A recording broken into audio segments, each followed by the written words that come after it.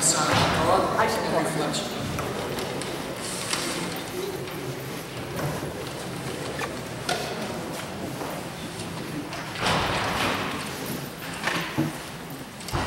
Let's call this meeting to order. This meeting posted an announcement in accordance with Chapter 231, Public Law 1975. Mr. Clark, please call roll for present members. Mrs. Dolan? Here. Mr. Rivera? Mrs. Torres? Here. Mr. Vallon? Present. Mr. Zangari? Present. Mrs. Lombardi? Here. Mr. Cooper? Here. You have a quorum, President. Before we move into the order's presentation, I'd like to make an announcement that today we'll have two public reflections. Basically, the first one will be addressed directly to the auditors in the presentation. The second one will be open to questions from myself and the board. Thank you. We would now move at this time for the order's presentation by Jeff Bliss. Thank you. Thank you.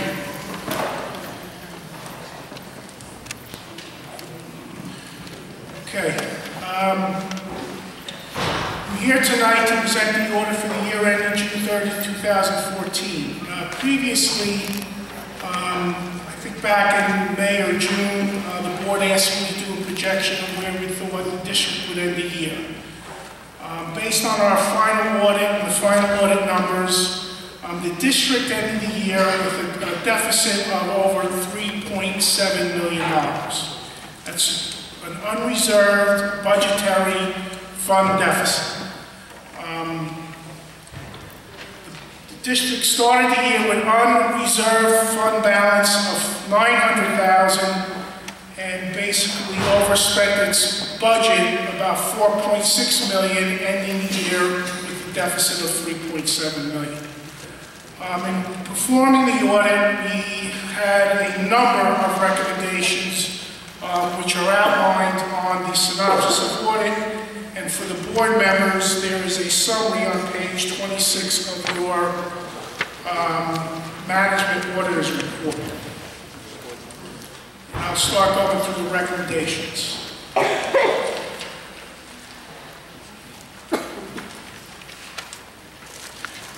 We had a total of 67 recommendations, findings and recommendations noted in our audit. 15 of those recommendations are considered material weaknesses in internal controls. Material weaknesses mean there's a high likelihood and a good probability that they'll be, due to the procedures that are being followed, that there's a possibility of a material error in the financial statements due to these procedures. Also means material weaknesses that there's a good possibility or probability that the district will not comply with its requirements of state and federal grants. These are considered significant, serious procedural issues.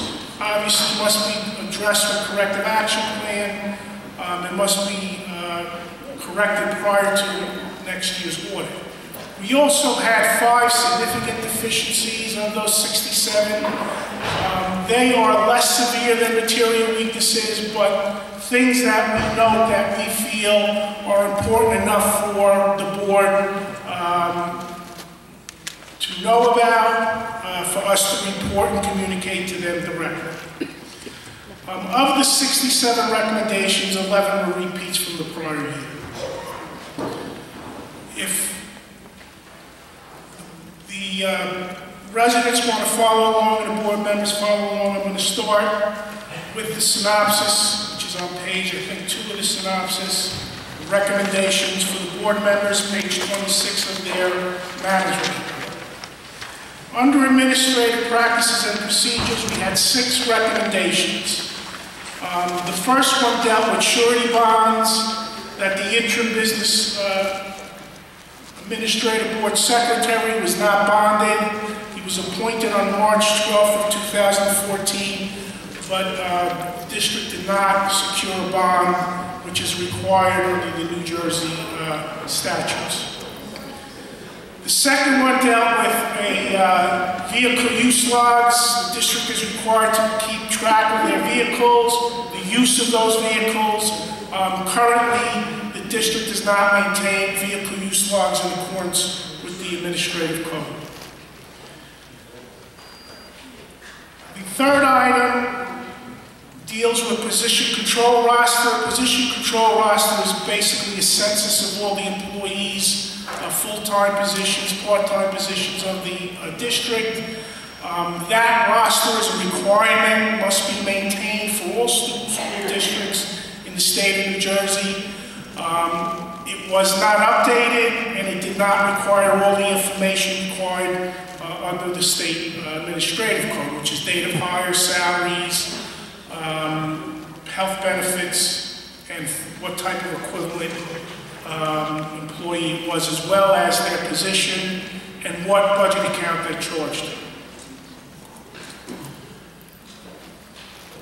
Item 4 was a procedural issue. The district each year after they adopt their budget is required to do a resolution on the maximum amount they will spend in travel expenditures.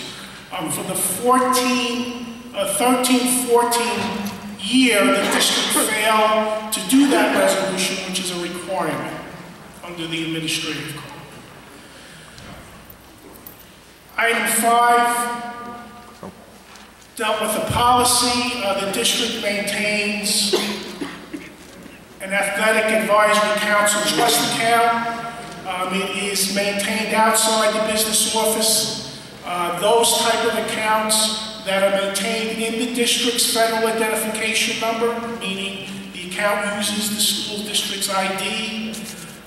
The district is required to adopt a policy on the financial and bookkeeping procedures to be followed by that account. There is no such policy.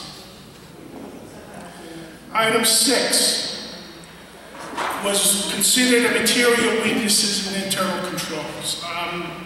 We noted prior to us commencing the audit that the financial accounting system information from the computer system, much of the information was lost in a crash. Some of the information was subsequently retrieved, and some of it had to be re-entered into the system and recreated.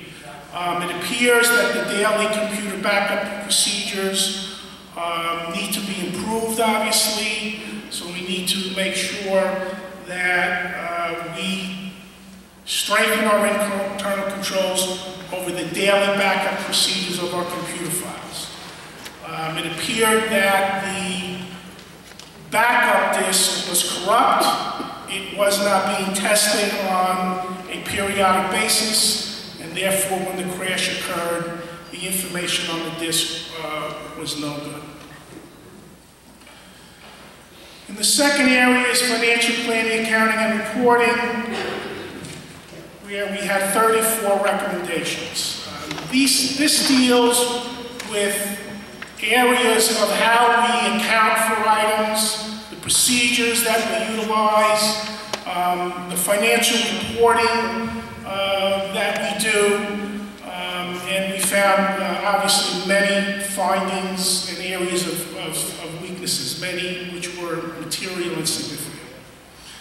The first area, which was considered a material weakness in internal controls, dealt with when payments were made on certain purchase orders and certain vouchers, supporting documentation, meaning vendor invoices or other supporting documentation, was not available and attached to that voucher to support that payment. In other instances, we noted there were payments made with documentation that wasn't sufficient to support the payment being made, meaning it wasn't sufficient to detail the services or goods that you were receiving and being paid for. Number 2 was also considered a material weaknesses in internal controls, and dealt with how purchasing was being performed. And we noted several, if not many, instances where purchases were being made without a properly approved purchase order being issued by the district. These are called confirming orders. What it means basically is purchases are being made and not being approved, therefore not being certified that funds are available, and not being reviewed to ensure they comply with the bid, quote, and other procurement requirements and procedures that are required for a school district. Item 3 dealt with the approval signatures and receipt of goods signatures on purchase orders and vouchers. There were many instances where purchase orders were not approved, although the purchase was made, and there were many payments made where someone did not certify they received the goods or the services that we paid for. Obviously, those things are important in the procurement process. Item 4 dealt with health benefit bills. We noted, it wasn't many, but a couple of individuals that were on the health benefit bills, could have been a dental bill, prescription bill, or the employee state health benefit bill, for which that employee, or that individual was not an employee of the district, or no longer was an employee of the district.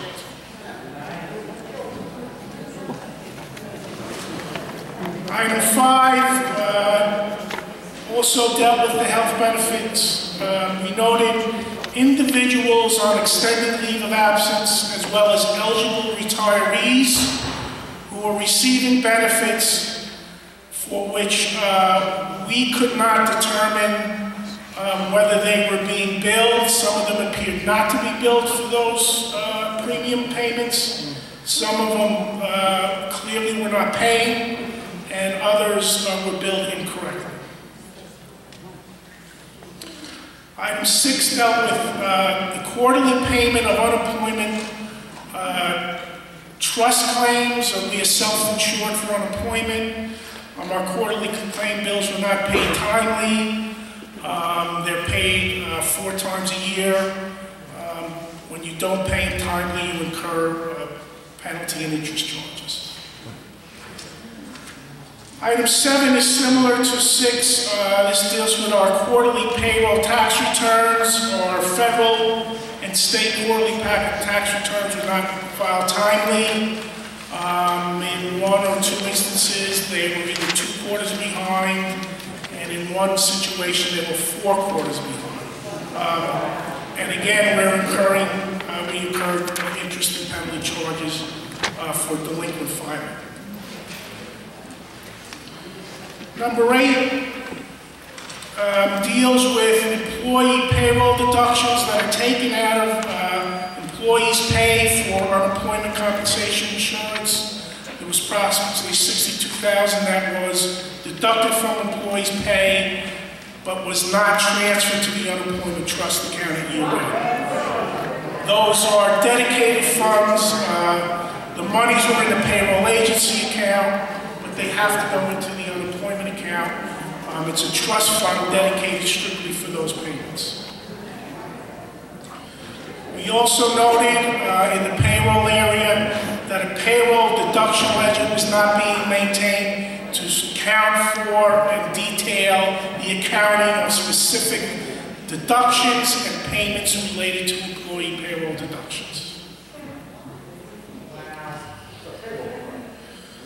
In performing the audit of the payroll, we also noted at year-end when we did a subsequent review of payments made out of the payroll deduction account, it appeared that the sufficient funds were not transferred into those accounts, leaving the balance in there in a deficient position.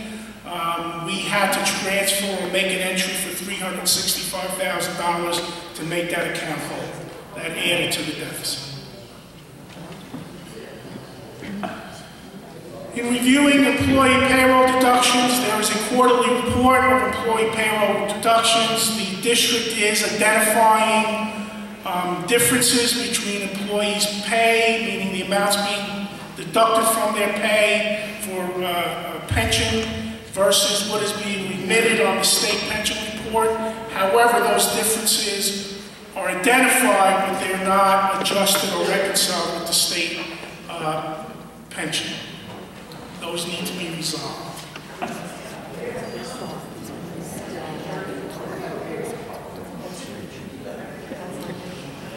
Next item was really an issue that dealt with employee contracts.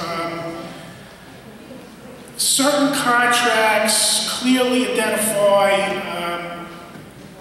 the allowability or the permissiveness to pay employees to opt out or waiver their health benefits. However, there is one contract, one bargaining unit that was silent on the issue, although the members of that bargaining unit did receive opt-out payments. And there were other contracts which did not address the issue of single coverage, meaning people with single coverage, when they opted out, were receiving payment. However, the contract seemed to only address family coverage and husband and wife coverage opt-out payments, and not single coverage opt-out payments. It was unclear whether those payments are permissible under the contract. The next item is an accounting issue, a technical accounting issue, and it's how open purchase orders at year end are reviewed and classified in the accounting records. And we noted that certain open orders were overstated, meaning there was no true liability or commitment against that purchase order, and other ones were classified as an encumbrance, but really should have been an accounts payable, which is a liability that you owe someone money for services or goods received. A review of the certificated staff, we noted 3 or 4 individuals who were not charged to the proper budget account. These are administrative type salaries, directors, principals, could be supervisors in certain instances, that are not charged to administrative line items, or not charged to the correct administrative line item. Obviously, everyone has to be charged in a proper budget account in order to get a good accounting of the administrative costs of the district. Number 15 deals with the deficit. Again, the deficit, fund deficit in the general fund at year end was $3,712,426. Our recommendation here, obviously, is that the district develop, approve, and implement the corrective action plan to eliminate this deficit, which they are required to do in accordance with state statutes, and that they make sure that internal control procedures are put in place to prevent such deficits to occur in the future. Again, the deficit was a little over $3.7 million. So that was considered a material weakness. The next item is also directly related to the deficit. It's a procedure that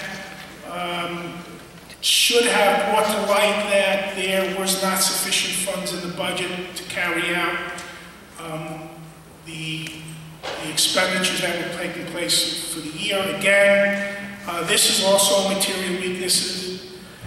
We noted approximately 90 budget line items that were overspent, meaning the amount of funds or monies that we charged or paid against that budget line item were higher than the available funds that were budgeted for those line items.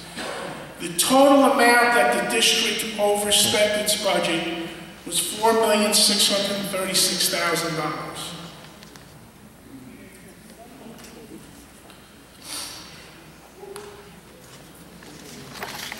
As a result of the deficit and a result of the over expenditures, the district ended the year with a cash deficit, meaning when you reconciled your bank balances, you had a cash deficit or a negative cash balance of close to $1.4 million.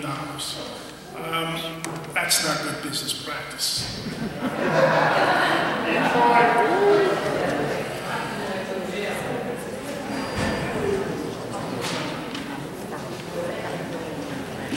The next item dealt with year-end liabilities and encumbrances or commitments. In doing a subsequent test of disbursements and charges, we noted approximately $270,000 of liabilities that were not recorded in the district records and approximately $35,000 of commitments or encumbrances that were also not recorded in the district records. That was $304,000 of unrecorded liabilities and commitments at year-end. That was considered a significant deficiency. The next item was considered a material weakness. It dealt with two lease purchase agreements that the district entered into. One was for a roof project for approximately $1,025,000. The other one was a $1,950,000 lease purchase agreement for security and network upgrades with the IT contractor. These accounts, which were maintained by the bank, were not recorded on the district records. The district entered into a lease purchase agreement with the bank. The bank holds the money for you in your name. And then you request from them to pay the bills related to those projects. The transactions related to those two lease purchase accounts did not run through the district books. So the payment of those bills, when the bills were paid against those accounts, those bills were not presented to the board, were not approved by the board, and the payment of those bills were not part of the minutes of the district. These accounts, even though they're maintained by a trustee, clearly have to be accounted for in the district records, follow all the procurement and payment procedures that the district follows with all bills that they pay. The next one deals also with items that we noted were not being approved by the board. The district is self-insured for its workers' compensation claims. Every month they get a claims list from the third-party administrator. That claims list was not being presented to the board for review, approval, and included as part of the minutes of the board. Next item dealt with the monthly financial report of the board secretary's report. Again, this is considered a material weakness. As far as we can tell, for the entire 2013-14 year, the monthly financial report of the board secretary, which is basically your monthly financial statements of revenues, expenditures, fund balances, was not submitted to and approved by the board on a monthly basis as required by state statutes. Number 23 on the financial planning and number 23 are interrelated. They are monthly certifications that have to be prepared. One is by the school business administrator. He must certify on a monthly basis that no budgetary line item accounts are overspending. We did not see that certification for the entire 13-14 year. If such a certification cannot be made, the district is required to do transfers into those lines. If funds are not available to transfer into those lines, they must contact the county office come up with a corrective action plan and implement that plan to ensure funds are available. The next one deals with the monthly certification that has to be approved by the board.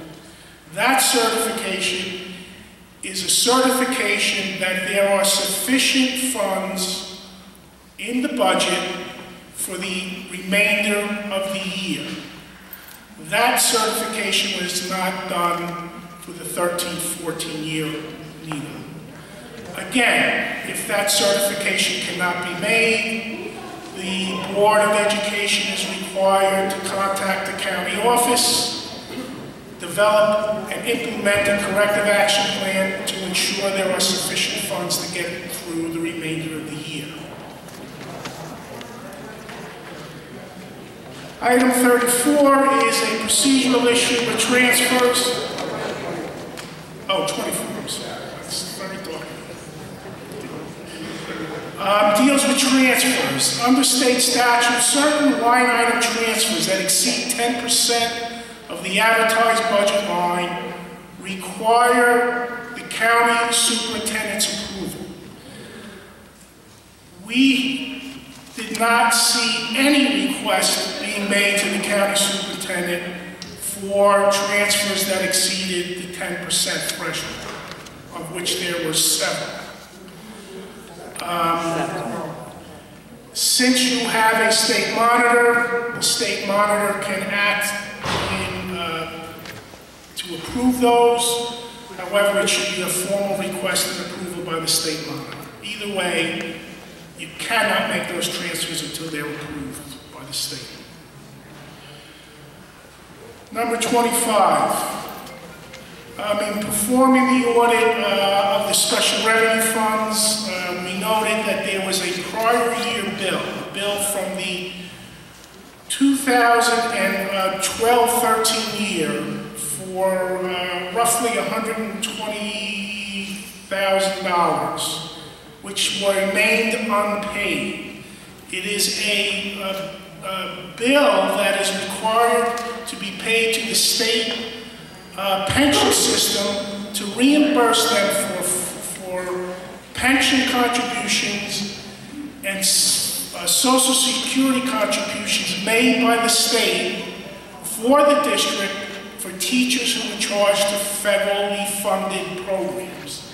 If you have teacher salaries charged to federally funded programs, you must reimburse the state for the state's share of pension and FICA contributions. That bill was over a year old. Number 26, travel expense reimbursements.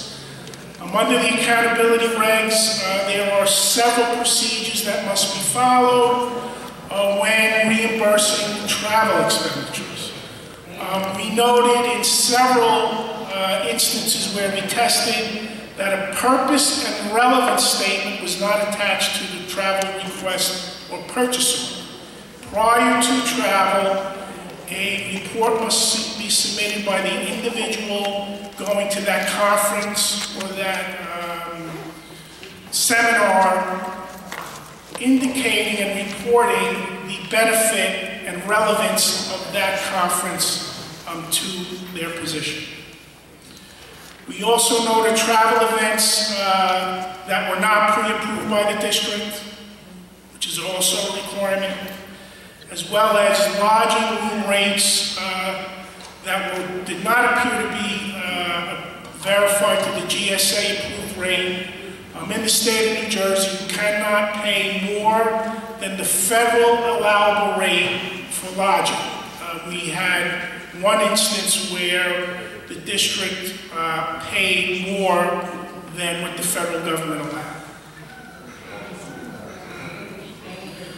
Item 27, which was also considered a material weakness, is the monthly report of the treasurer, or a similar report of the board's designee, if you don't have a treasurer, was not filed for December of 2013 through June of 2014.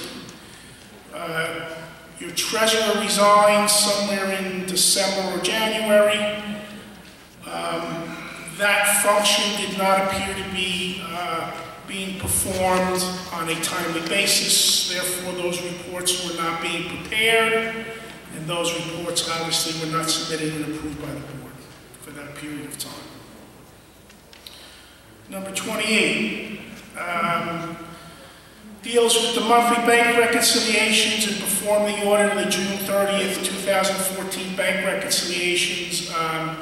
We noted several reconciling items, which are reciprocal entries between accounts that were recorded on one fund or one account, but was not reciprocally recorded on the other account. We need to take greater care and do a better job to ensure that something that affects one fund and recorded in one fund on a bank reconciliation is shown in the other fund that it relates to.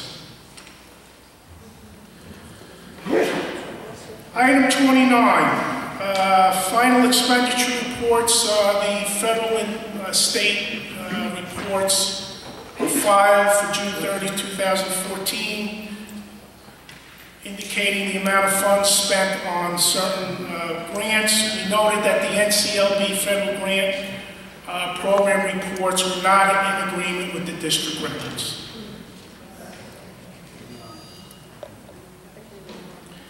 Number 30. We noted, and this was considered a significant deficiency, your Title I, NCLB Title I grant was considered a major program.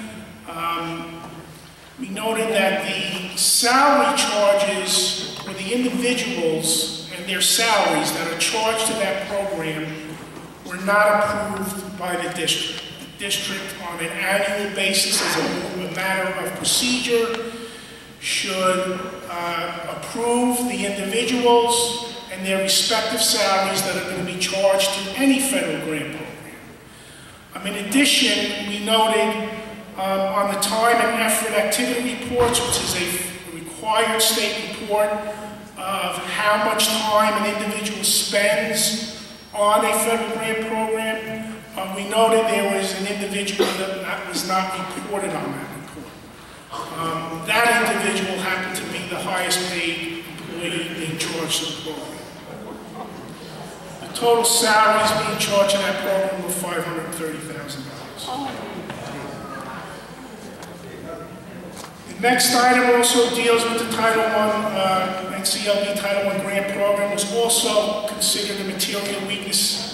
Employee benefit charges to that program for those individuals. We were not provided with a detailed supporting analysis of what made up those charges. Nor were they charged on a payroll or on a monthly basis.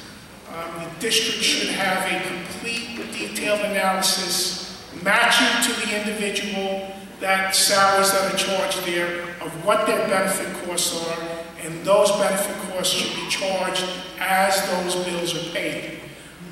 There was just one journal entry to charge out the health benefits. That was $126,000. The next item was considered a material weakness. It was a situation that occurred in the prior year. It was brought up by the federal government in a federal audit, and that the district discontinued the practice of charging the grant program, Title I grant program, for the professional development costs for teachers who are not related to the program.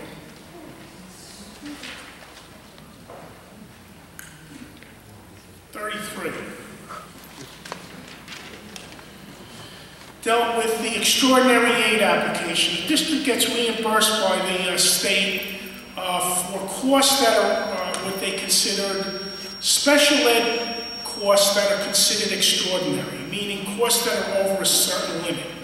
In order to be reimbursed or be eligible to receive those grant funds, you must have an intensive related service. This was also, we considered it a major program.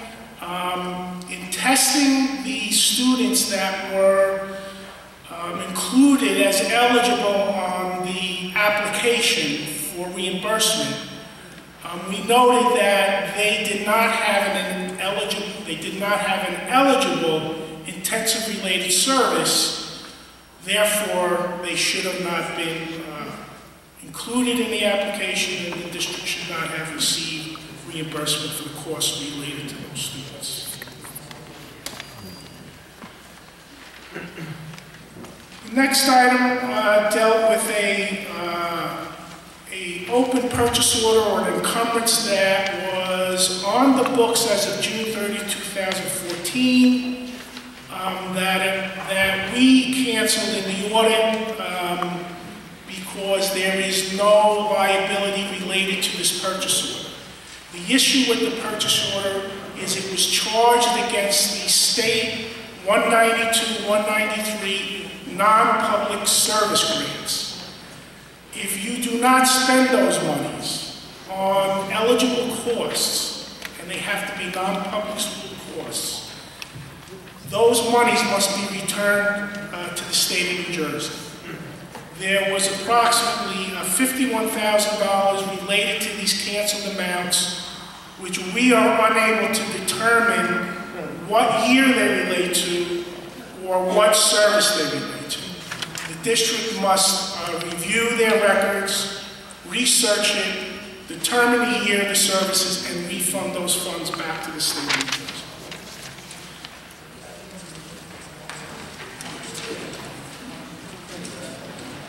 That's 34. Under school purchasing programs, the first recommendation deals with contract awards and procurement practices for items that exceed the bid threshold. The bid threshold when you have a QPA, a qualified purchasing agent, is $36,000. There are certain procedures that must be followed when contracts are awarded that are over $36,000. Some of these contracts must be publicly bid, advertised bids. Certain contracts must be competitively contracted for. Contract purchases made through the state cooperative purchasing or through other cooperative purchasing agreements must be specifically approved by the board. In reviewing the purchases, there were many situations where bids were not sought, where documentation to support bids were sought, or that a state contract was entered into was not available for audit and was not retained on file in the district. Those procedures must be improved. They were considered material weaknesses. In conjunction with that, the district is also required to receive quotes, competitive quotes for any purchases that exceed 15% of the bid threshold, roughly $5,200. We had two vendors that when we tested their purchases exceeded the quote threshold. However, there was no documentation to support that the district went out and obtained competitive quotes for those purchases. Number 3 deals with emergency contract award. There was an emergency contract award for clarity for inventory of hardware and IT asset and an IT support services. We paid them roughly over $36,000 for this emergency contract. Certain procedures must be followed when you award emergency contracts. The first is a written statement of emergency must be filed by by someone in the district saying and describing what the emergency is. In addition, any emergency contract that's awarded over $36,000 must be, the county superintendent must be notified of that contract award. In reviewing the documents, we had no indication that a written statement of emergency was prepared, certainly was not on file, and nor was there any documentation to support that the county superintendent was notified of this emergency contract award. Change orders. We had a situation where change orders to an original contract award for the roofing project. There were 2 change orders. They totaled roughly $112,000. Were made to the contract. However, the board did not approve them by resolution. Any change order that is not considered significant, these are obviously significant to that contract, must be approved by the board by board action. These change orders related to the roofing project, which was one of those capital lease accounts that was not part of the district records. Next item deals with documentation and certain information that the district must obtain from certain vendors when they award contracts and purchases. Political contribution disclosure forms and business registration certificates must be obtained where required. Political contribution disclosure forms must be obtained for any purchase that exceeds $17,500 for which the district did not publicly advertise for bids. In addition, any purchase made from a vendor that exceeds roughly its $5,200, which is the quote threshold, that vendor must have a New Jersey business registration certificate prior to you purchasing those items. Item 6. Item 6 is a general recommendation made related to the IT contractor who was Clarity. There were several instances related to contracts that were awarded to them, payments that were made to them, that I think the district needs to review their files to make sure the payments were made in accordance with the contracts, as well as with the agreements that they made. Several, and some of them very material dollar amounts, payments were made without invoices. The one contract which was paid through the capital lease agreement, which was roughly $1,950,000, those payments were made through that bank account, never came before the board. In one instance, there was a payment made to them of approximately $1.2 million where there was no supporting documentation on what they actually did and what services they provided. In addition,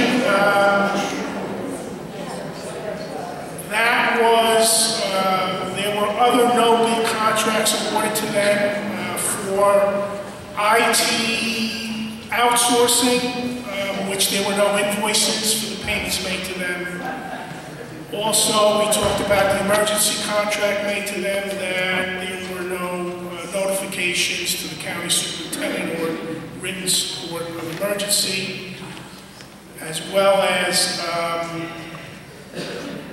payments made to them for computer supplies that was awarded under a no-bid contract for IT support, but those supplies appeared to be biddable and should have been bid publicly. They paid over $72,000 in supplies. So our recommendation there is the district go and review its files, review its procedures to document that, what they paid for, and what procurement procedures were followed to make sure they were all proper. Next item is the school food service fund, and that's your cafeteria fund. The district contracts out with a food service management company. Basically, it's an outsourcing.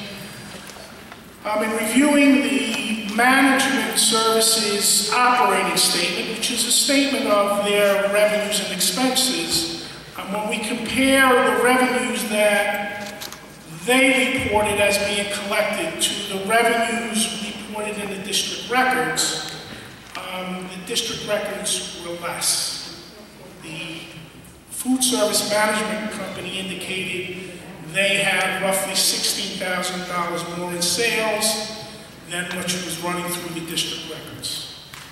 All the sales money gets deposited into the district's accounts, reported on the food service management's financial report. The district needs to reconcile the management's operating statement to their records to ensure everything is in agreement. Checks issued from the food service account only had 2 signatures. Under state statute, all operating accounts, any claims paid by the district, those checks require 3 signatures. The third item deals with payments we're making to the food service management company for services that are unrelated and outside the scope of their contract. The district pays or reimburses the food service management company for cafeteria lunch aids. It is not part of their contract that I can determine. It did not appear to be part of the specifications when that contract was awarded. Therefore, it's outside that contract. Those types of services, the payment of lunch aids, is something that should be put out to bid. It can be included with the food service management company bid, but it has to be publicly bid, services for lunch aids. We paid approximately $180,000 for lunch aids. Next item deals with the food nutrition programs. The district gets reimbursed for low-income children, 100%, as well as for reduced meals. They get reimbursed the difference between the paid and reduced price from the federal government, as well as they get a small reimbursement on paid meals. In going through the applications, those of you who have ever filled one out or haven't filled one out, there is an actual application that has to be filed by each family, indicating your income, number of students, number of people in the household. We noted in reviewing those applications that there were several applications that were not classified properly with respect to their eligibility as free or reduced. In addition, there were roughly four or five applications that we just could not find for audit. They were on the list, they can't find the application. In addition, we need to do a better job filing those applications. There is an actual procedure by the federal government of a method of filing them. They were not really filed in a orderly and systematic fashion.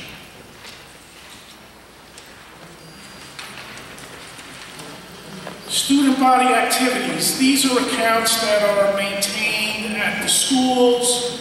The purpose of these accounts are to account for funds raised by student clubs and organizations, and to account for payments made for those student clubs and organizations. These are monies that require the active participation of students. And there are certain bookkeeping and financial accounting procedures that should be adhered to ensure that the monies and the controls are adequate to ensure the monies are spent for those purposes. The first one dealt with school number 7 and the music fund. The school number 7 has an account. It came up on the district's bank confirmation list, which is a confirmation third-party verification from the bank.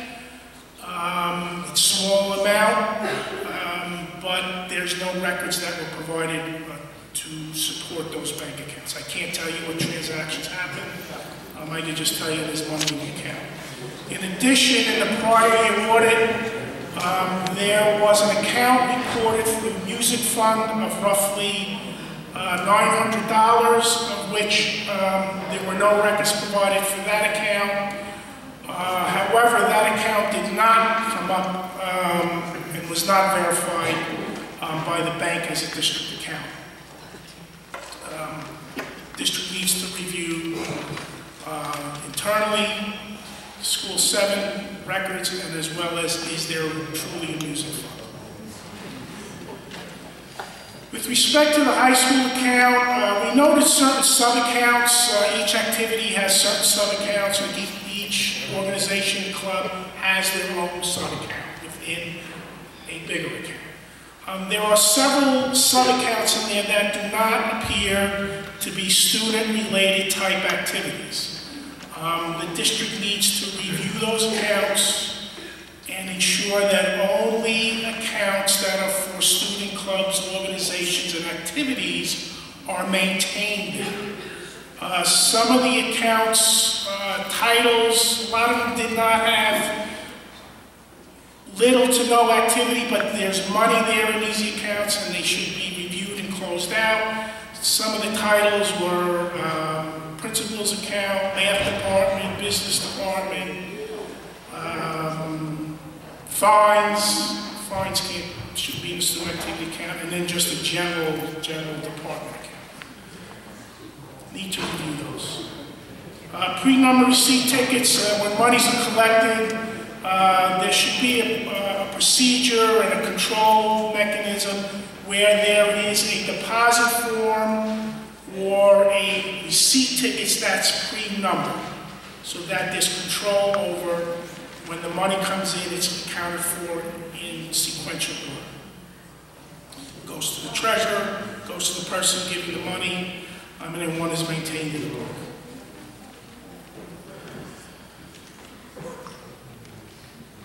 The high school deposits, we noted deposits not being made in a timely manner.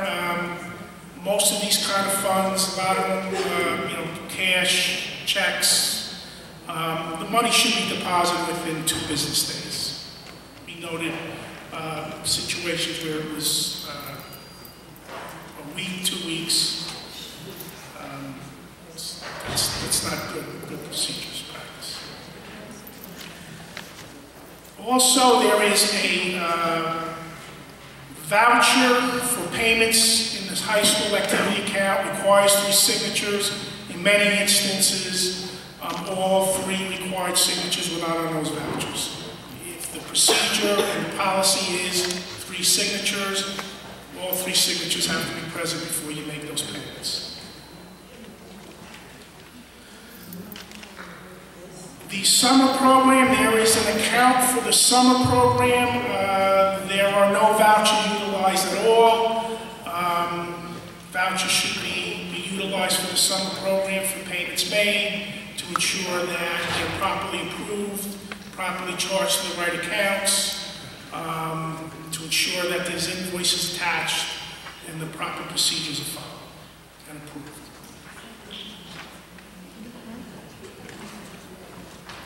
In reviewing the payments made from the high school and middle school accounts, there were a couple instances where there appeared to be payments made that were not for student-related type activities. Some of it was meals, for faculty, administrators. We noted a payment for dues to an association, administrators association. That has to be discontinued. The last item wasn't a big issue, but it's a practice that absolutely has to be discontinued. We noted 2 instances where checks were made payable to cash. One in the middle school for $30 and one in the summer program for $90. Obviously, payments to cash at any amount has to stop, has to be discontinued. Athletic Advisory Council Trust Fund, that's that separate account. It's kind of maintained outside the business office. And again, because it is utilizing the district's ID, federal ID number, it falls under the umbrella of the responsibility of the board. When such accounts fall under the umbrella of the district, they must follow the procedures as other accounts similar to them, which is similar to student activity accounts. There was a recommendation made on the policies and procedures that a formal policy be adopted on the financial bookkeeping and accounting policies. These recommendations here are more specific. I'll go through them quickly. One, that checks issued require at least 2 signatures. They currently only require 1. Every check issued from any account should have 2 signatures. Pre-numbered receipt tickets or pre-numbered deposit forms should be implemented to identify and to support amounts deposited into the account. Vouchers or payment authorization forms are not used. Again, they should be used, have proper approval signatures, and a proper invoices attached. Again, many of the payments noted out of this account did not have proper supporting documentation, vendor invoices or other suitable documentation to support the amounts paid. And finally, in the district's development of a policy for this account, it must address the use of debit cards, going through and auditing the disbursements out of the account. We noted towards the end of the year, a debit card was being used for payments, rather than checks with 2 signatures, with a voucher, with supporting documentation attached. That has to be addressed in the policy. Next item is the application for state school aid. This is a report, a census report of the district's student population. It is the basis for which the district receives state aid. It is actually also used for certain federal grants for students in the special ed categories. The records related to this count, which includes the class registers, includes the district work papers, includes written procedures on how the count was done. None of those records were available for audit. The district reported roughly 4,700 students in various categories and grades and in different special ed classifications, for which the district currently has no support on how those numbers were determined. That's obviously a material weakness. Pupil transportation, the district is also required to do a report. It's called a DRTRS. It's a report of transported students. Again, the records to support the students reported on that report are not available for audit. They cannot be found, can't support any of the numbers reported. We reported roughly 421 transported students, of which there's no record of who they are. And and what type of transportation use. The last and final recommendation deals with facility and capital assets. The district, as part of its accounting records and procedures and reporting requirements, is to maintain a financial record of its assets, its capital assets. The district did not update those records. We basically had total additions to our capital improvements or buildings and equipment of $2.7 million, of which it does not reflect it in the capital asset records. These records must be updated on an annual basis. We must do physical counts periodically to ensure that the assets that you're reporting are still here and in the condition that they are reported in the fixed asset accounting ledgers. That was the final recommendation.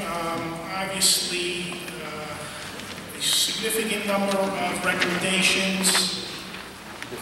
Again, a significant number of material weaknesses. A lot of procedures and a lot of policies that do not appear to be followed, a lot of financial reporting requirements not being followed and adhered to during the 13-14 year. That's my report. At this time, I would like to move to item 4, citizen public participation. May I get a motion to open for public comment? Second? All in favor? All opposed? At this time, public participation may come up one by one, sign in, and direct all your questions to Mr. Blitz, please. Yeah, again, there will be a second open forum for public voting session. Some people have already signed up. Yes, sign in here, and then strictly for a lot of questions only.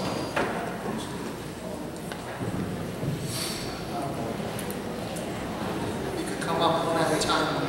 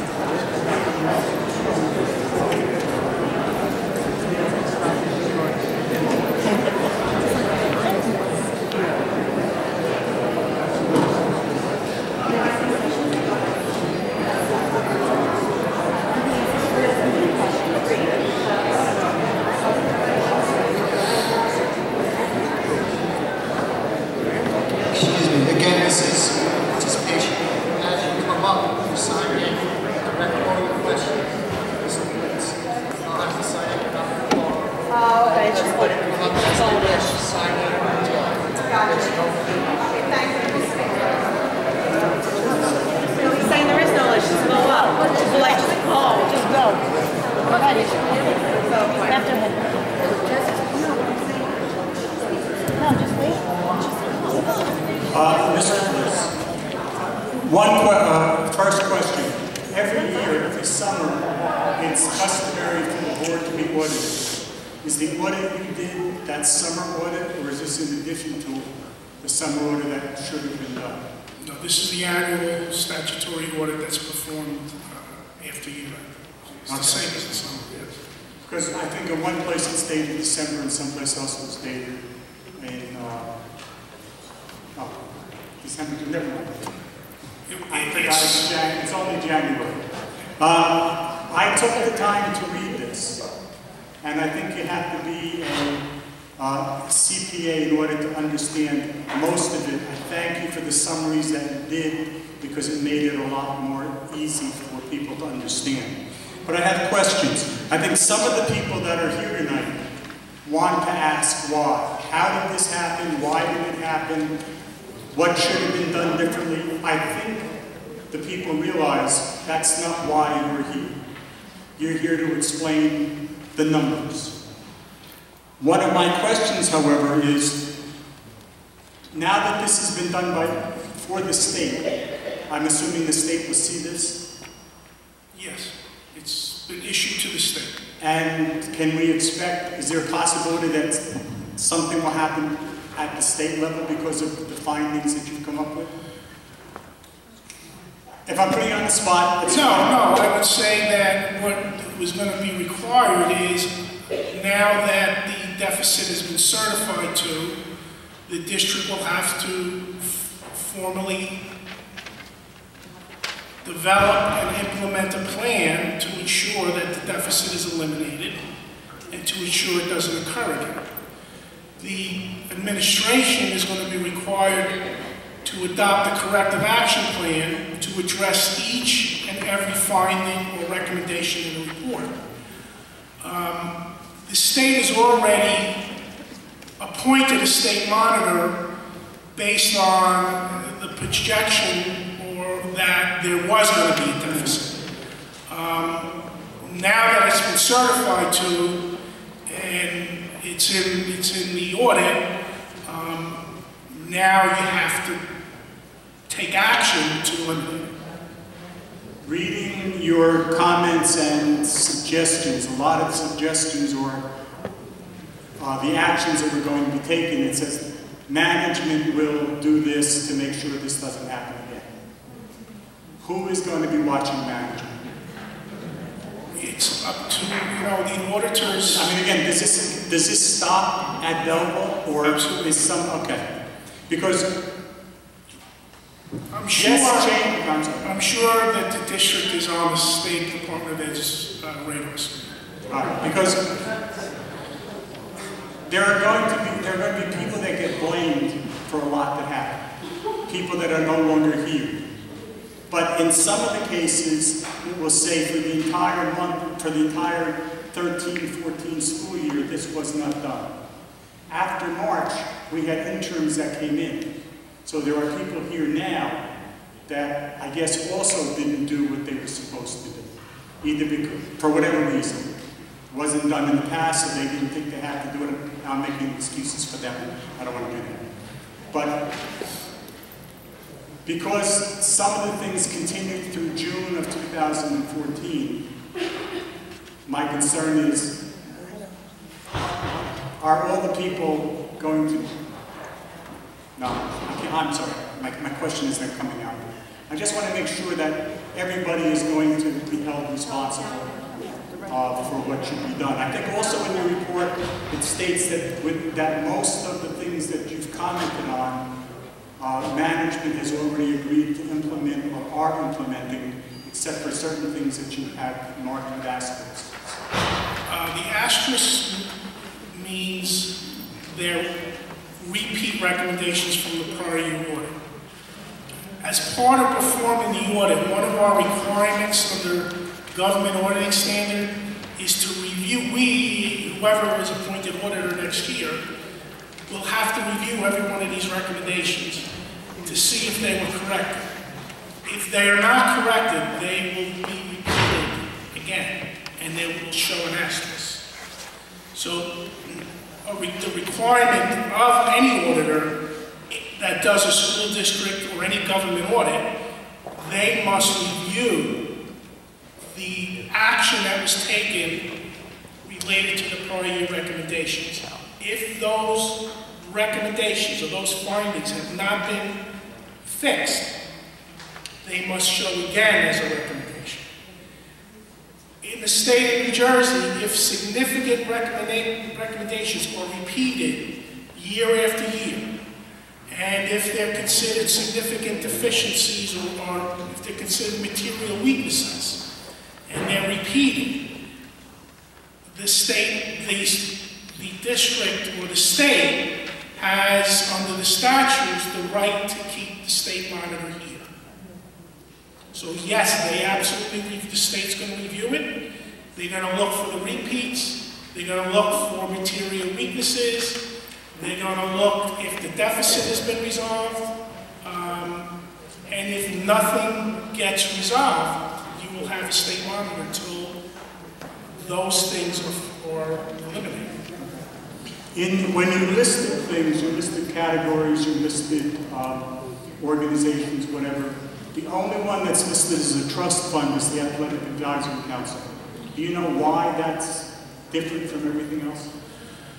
The student activity is similar to a trust fund. It's part of what they call proprietary funds, payroll accounts, or trust funds.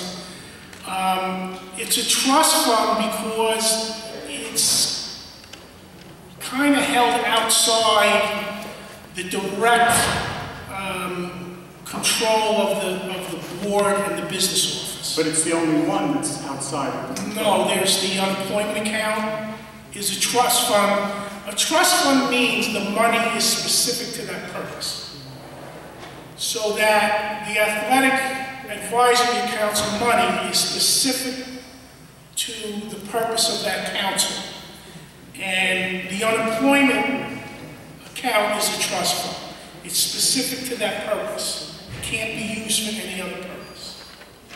But we can't spend the money in the unemployment trust fund. People can spend the money that's in the athletic account, the athletic advisory council. You can spend the money in the unemployment account for unemployment claims. Right, but that's the Board of Education. The trust fund is not being spent by the Board of Education. No. It's being spent by the trust, by that committee.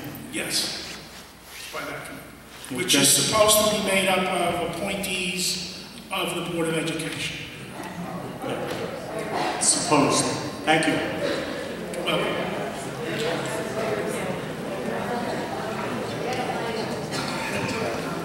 How are you, Mr. Bliss? Good. Mike Mignon, Belleville Education Association. All right, I just need a few things that I see on your list and then a couple things that I read off of the actual document that I want clarity on, if you would. Sure. On your document that you gave us, number 6, quarterly claims reimbursement bills due paid timely on unemployment trust. And then again on 8, district shared employee payroll deductions transfer to unemployment at a periodic basis, so that's another timely thing, right? Where they're not being paid timely. And then there's a one, number 11, where the difference noted in the employee pension deduction reported to the state system reviewed, appropriate action taken to resolve and clear the record accordingly. These 3 instances affect our members greatly. So my question to you is, number 1, are they all paid up? Is all this stuff paid up in full? Is everything taken care of as of now?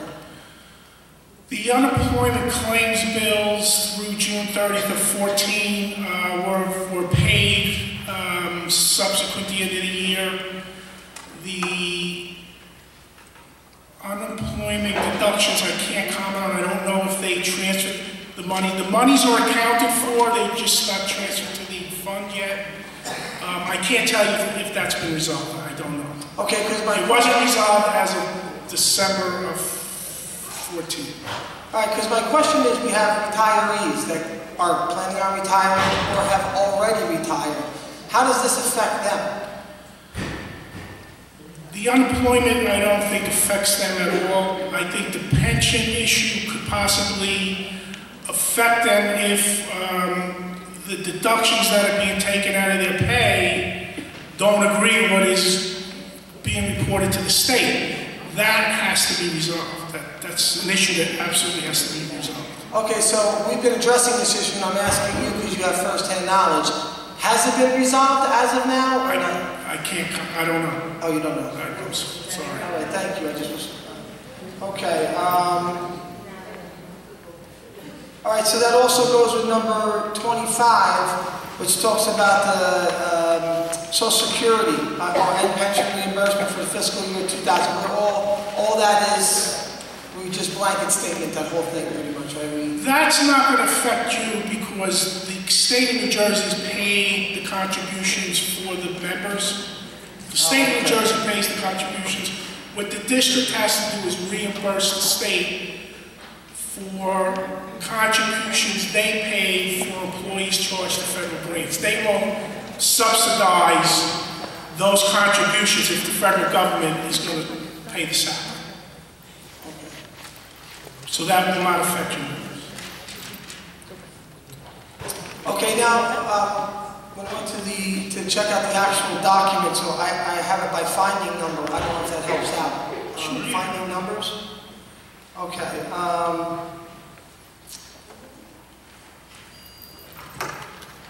Okay, finding 2014-003, where it says purchases made and contracts entered prior to approval and issuance of a purchase. My question is Clarity Technologies part of that entered prior to approval? Well, the $1.9 million contract had no purchase orders. So,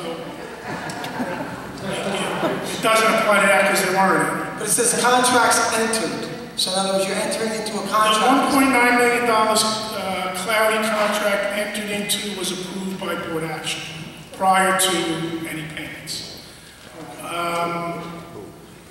The 4 contracts were all approved prior to payments being made. There were probably some purchase orders issued after the fact, but the contract was approved prior. Finding 2014-005.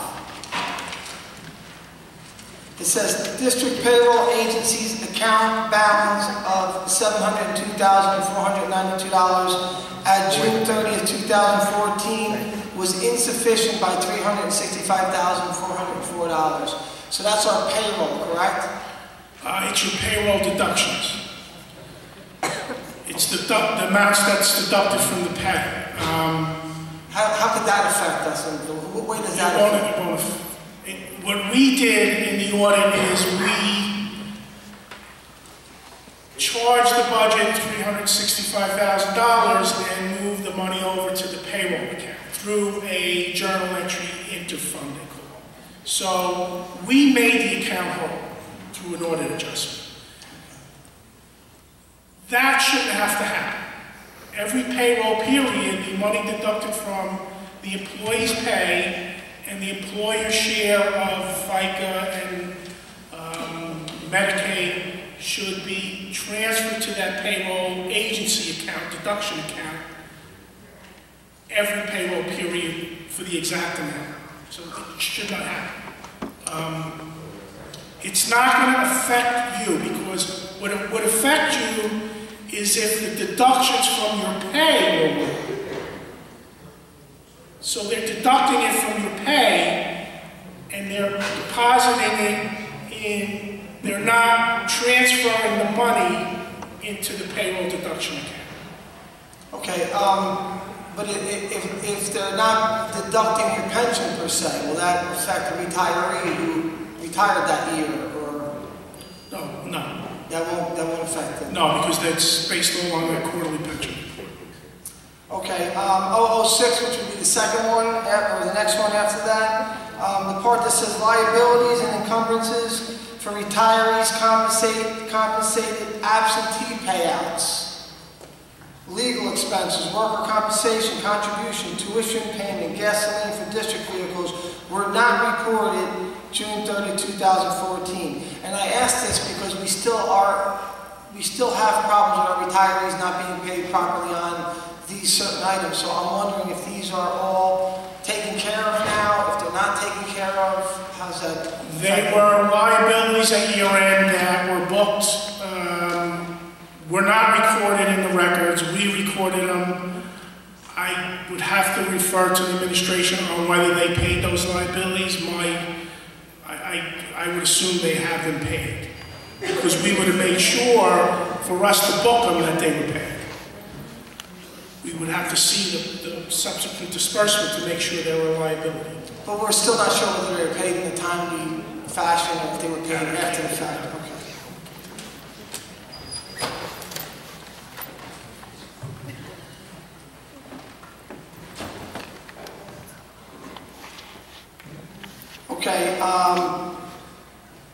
Now this 008. The transaction, we're talking about that transaction related to the $1.25 million or $1,025,000 roof project and the 1.9 security network upgrades, capital lease bank accounts were not reflected in the district records during the year and were not in the treasurer's report. So they would have to be in the treasurer's report, and the treasurer's report would have to be something that should be issued every single meeting, right? Every monthly meeting? Every month. Okay. It's supposed to be an accounting of all the district accounts except student activities. Because I also noticed that you said that there wasn't a treasurer's report that was reported. Was it at all, or was it since December? The monthly report from December 13 through June of 14 was not issued. Okay. Not prepared or issued. So in a sense, the board was voting on things that they had no idea whether they could actually pay for or not, because there's no treasurer's report. Well, there's no treasurer's report, there's no secretary's report, secretary's report, which really shows the budget.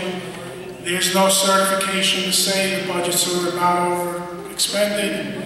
There's no certification to say that there's sufficient money to go through the end of the year. Those things are not voted on. Okay, absent a treasurer, who normally takes that responsibility on the board?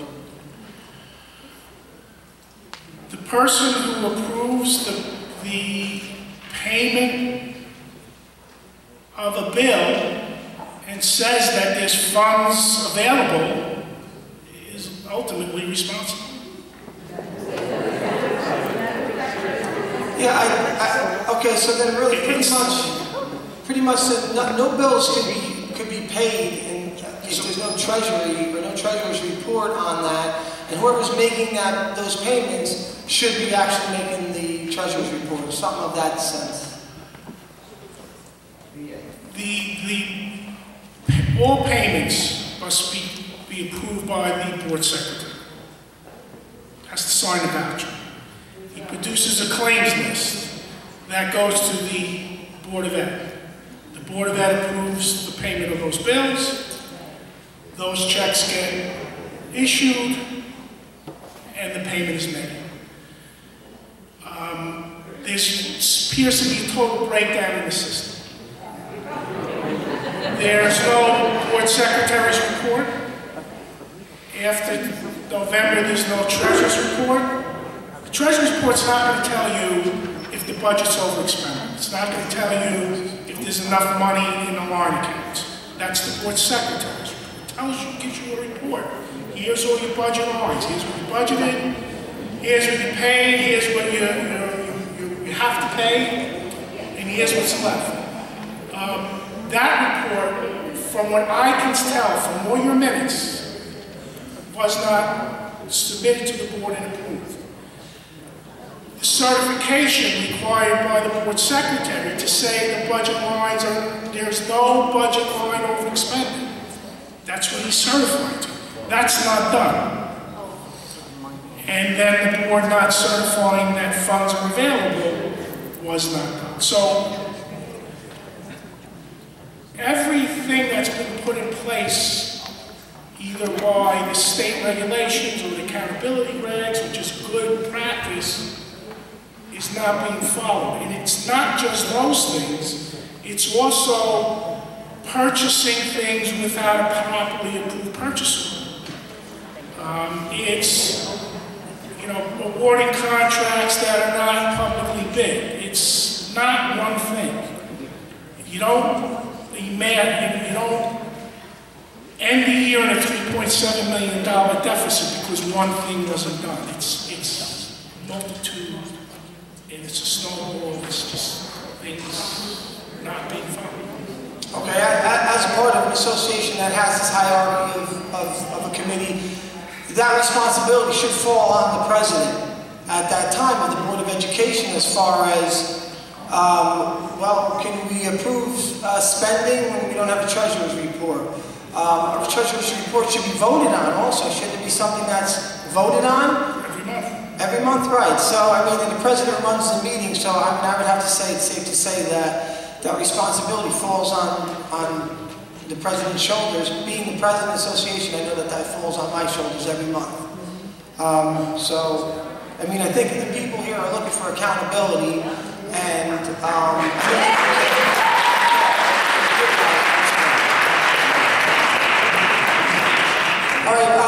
014, where it says the district charged $162,192 to the program for Standard Solutions LLC for professional development that appears to include non-Title I district employees. So this is the part that you were talking on your list about how it's misappropriation of Title I money, pretty much, correct? It's disallowed. It's a disallowed cost. It's not appropriately charged to those funds. It's not for those teachers. And what else in Title I do we have that's, because I know our Title I program hasn't had an expense account in a couple years when they used to, so that money was going somewhere. So now we're seeing that it's been going to professional development. Can you tell us anywhere else where Title I money? It was pretty much spent on salaries, roughly was over 500,000, 120,000 roughly, in health benefit costs, and then the rest were purchase services like professional development type costs. $500,000 in salaries for Title I people? 530,000 charged to Title I for salaries, correct.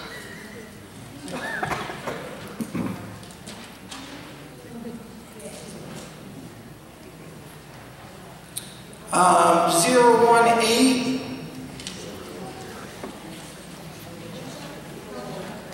I just don't understand 018, where it says, 2 principals and the athletic director were not charged to the school administration budget line accounts. I don't understand. They were charged to instruction lines or... did you say construction? No, instruction. Oh, instruction. You know, school instruction lines, or were not charged to the right administrative line. I think there was certain principals charged to like supervisory of instruction. Didn't appear to be correct. And there's a budget for all those, right? There's a budget for administrative costs. There's a budget for, you know, salaries and okay. Okay, and then the last one was 24, I guess it was, I missed the 024, which was certain students included on the extraordinary aid application did not receive intensive related services, nor did their IEPs indicate that they were required to receive such services. Can you just elaborate on that? Do you mean that there were special needs students that weren't special needs students that were getting special needs services? Or? No. Okay. There were special needs students, classified students, whose IEP did not specify an intensive related service. If they received the service or not is irrelevant. In order to get the reimbursement from the state government, you have to document it in the IEP. So if it's not the IEP and the parents and the counselor, they both agree to that, it's not considered an eligible application, an eligible student for the application. But that application has to be approved by the state for the actual aid. The state, it's a list. It's a list of students. You mark what their intensive related services and what the cost is. The state doesn't see the IEP. They leave it up to us to come in. Okay, thank you very much. You're welcome.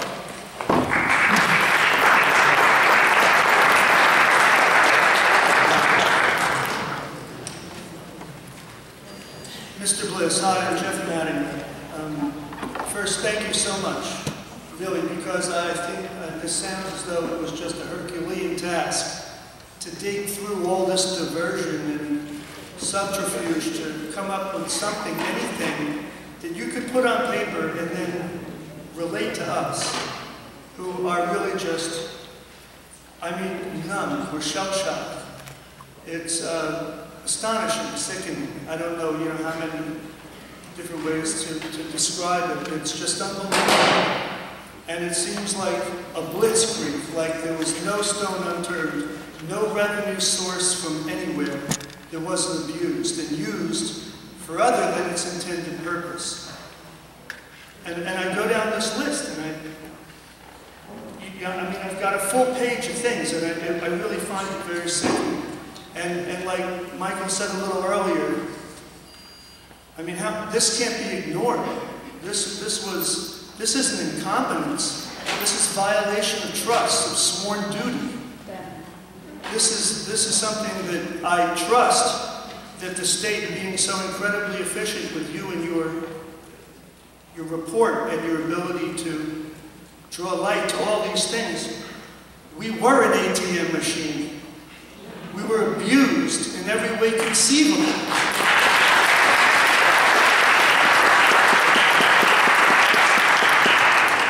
And really, more importantly, children's lives were harmed in the name of their good faith.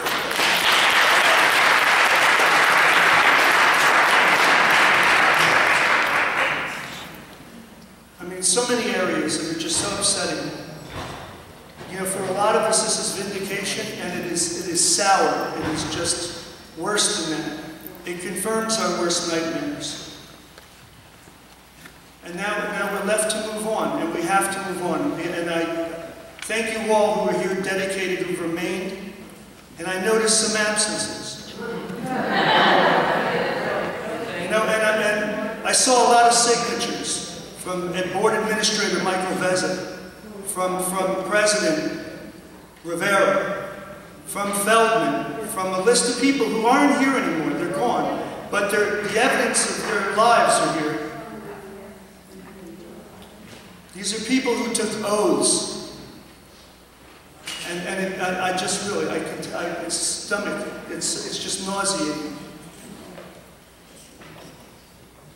And there's a lot remaining that we have to go through, and we have to pick up and move on. But like everyone, it seems that the hanging question is, will people be taken to task? Will justice prevail? The state could not have gone all this way in this degree of efficiency to walk away. And in the end, this is going to be millions and millions of dollars that the taxpayers are going to have to foot. It was robbery. It was racketeering.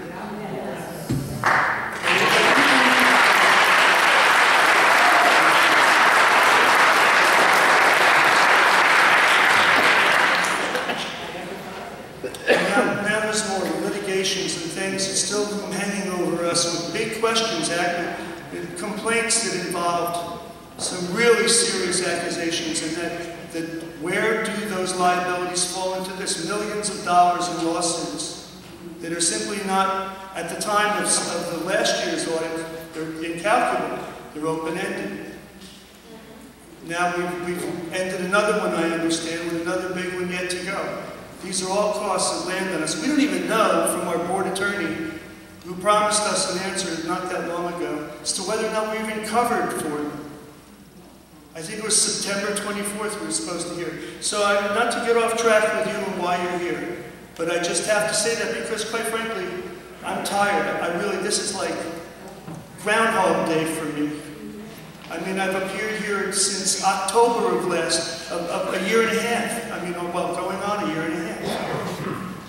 And now it's all dropping, it's all coming down. And we just hope and pray that it just doesn't end there, which would be a reoccurring nightmare for the state and other districts similar. Thank you.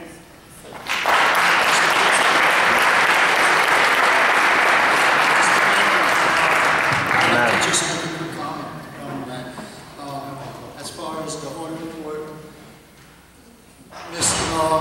our district is completing a corrective action plan.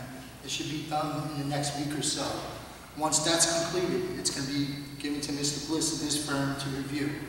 Once they get their approval and say, yes, status quo, you have all the exceptions, the 68 exceptions, dotted and crossed and everything, they will present it to the state. Mr. Egan will be presenting the corrective action plan and our financials to the state. At that time, they will make a a plan for state aid. Not only that, going back to your civil suits and everything, it was brought to our knowledge that there is ongoing investigations for the last over a year and a half, and that is still ongoing. There's no criminal content or anything right now. So, for everybody keeps saying that there's criminal activity and stuff, nothing is brought to our attention right now. However, there are investigations going on. And honestly, as a whole, I'm not pushing any of the blame away from the board. But as you can see by this audit report, it is disheartening. It's disheartening to everybody, because at the end, the children get affected. However, I will promise you, as the board president, this board will be active and dedicated into implementing these controls. Obviously, you see too many people are not here anymore is the reason why we're looking for a superintendent and BA coming in, because we need a control environment here, somebody that can build a foundation and lead our district. And it's enough not being forthcoming to the board and the public. We look forward to enhancing our transparency and our relationship with you, council, and the town. And from this point on, once this report and corrective action plan is done, presented to the state, it's approved, that's it. We need to move forward and work together. Thank you.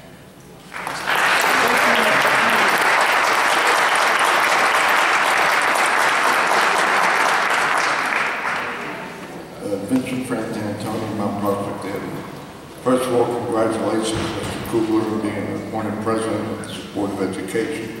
I'm encouraged by your statement now, and your actions, I'll let you speak to me, indicate that you're willing to work with the citizens and the taxpayers of this township for the good of the students and the taxpayers. Thank you. Mr. Bliss, I got some questions here. Thank you for this comprehensive audit.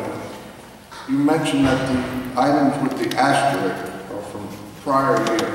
Is that only the prior year, or are they from prior year? I can only tell you there were certain recommendations in last year's audit. It's possible they're from the year before. I only went back to last year's and then looked at what recommendations there were to see if they were resolved. I didn't go back to 2 years. My comments are going to be very brief tonight because obviously Mr. Bliss's report says it all. There's one thing I picked up on that when he was questioned, that he said the State Department of Education will be looking a little more closely at this audit. To be honest with you, I've been following education for many years.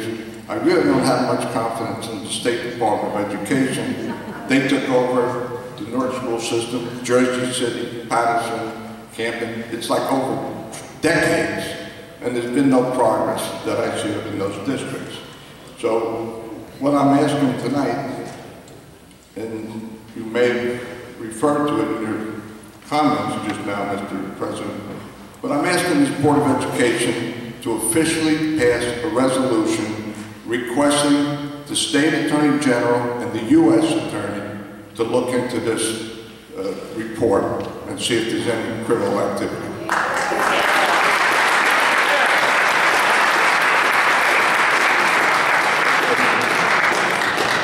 In that case, the residents at least will have some confidence that officially, on the record, you're really pursuing this, not just verbally, but in your actions. And finally, I understand through the news articles that the DiMartino case was settled outside the court. Can we know the details of the settlement? No, the number was not disclosed yet. It what? The total was not disclosed yet. Will we know the details of the settlement?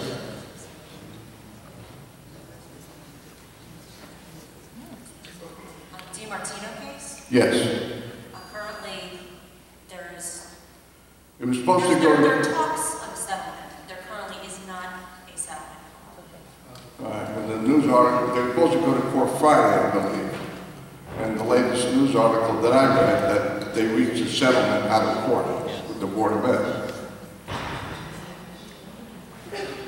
It was online, it was a Belleville Times news article. So was there a settlement? Was the newspaper article an error? I am unaware of a settlement, and it would have been my law firm. Any board members aware of the settlement? We read it.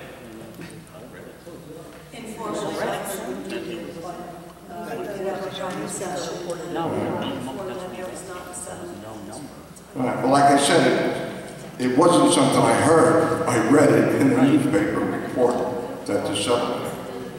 So, for the next meeting, can we get the details of that? Thank you.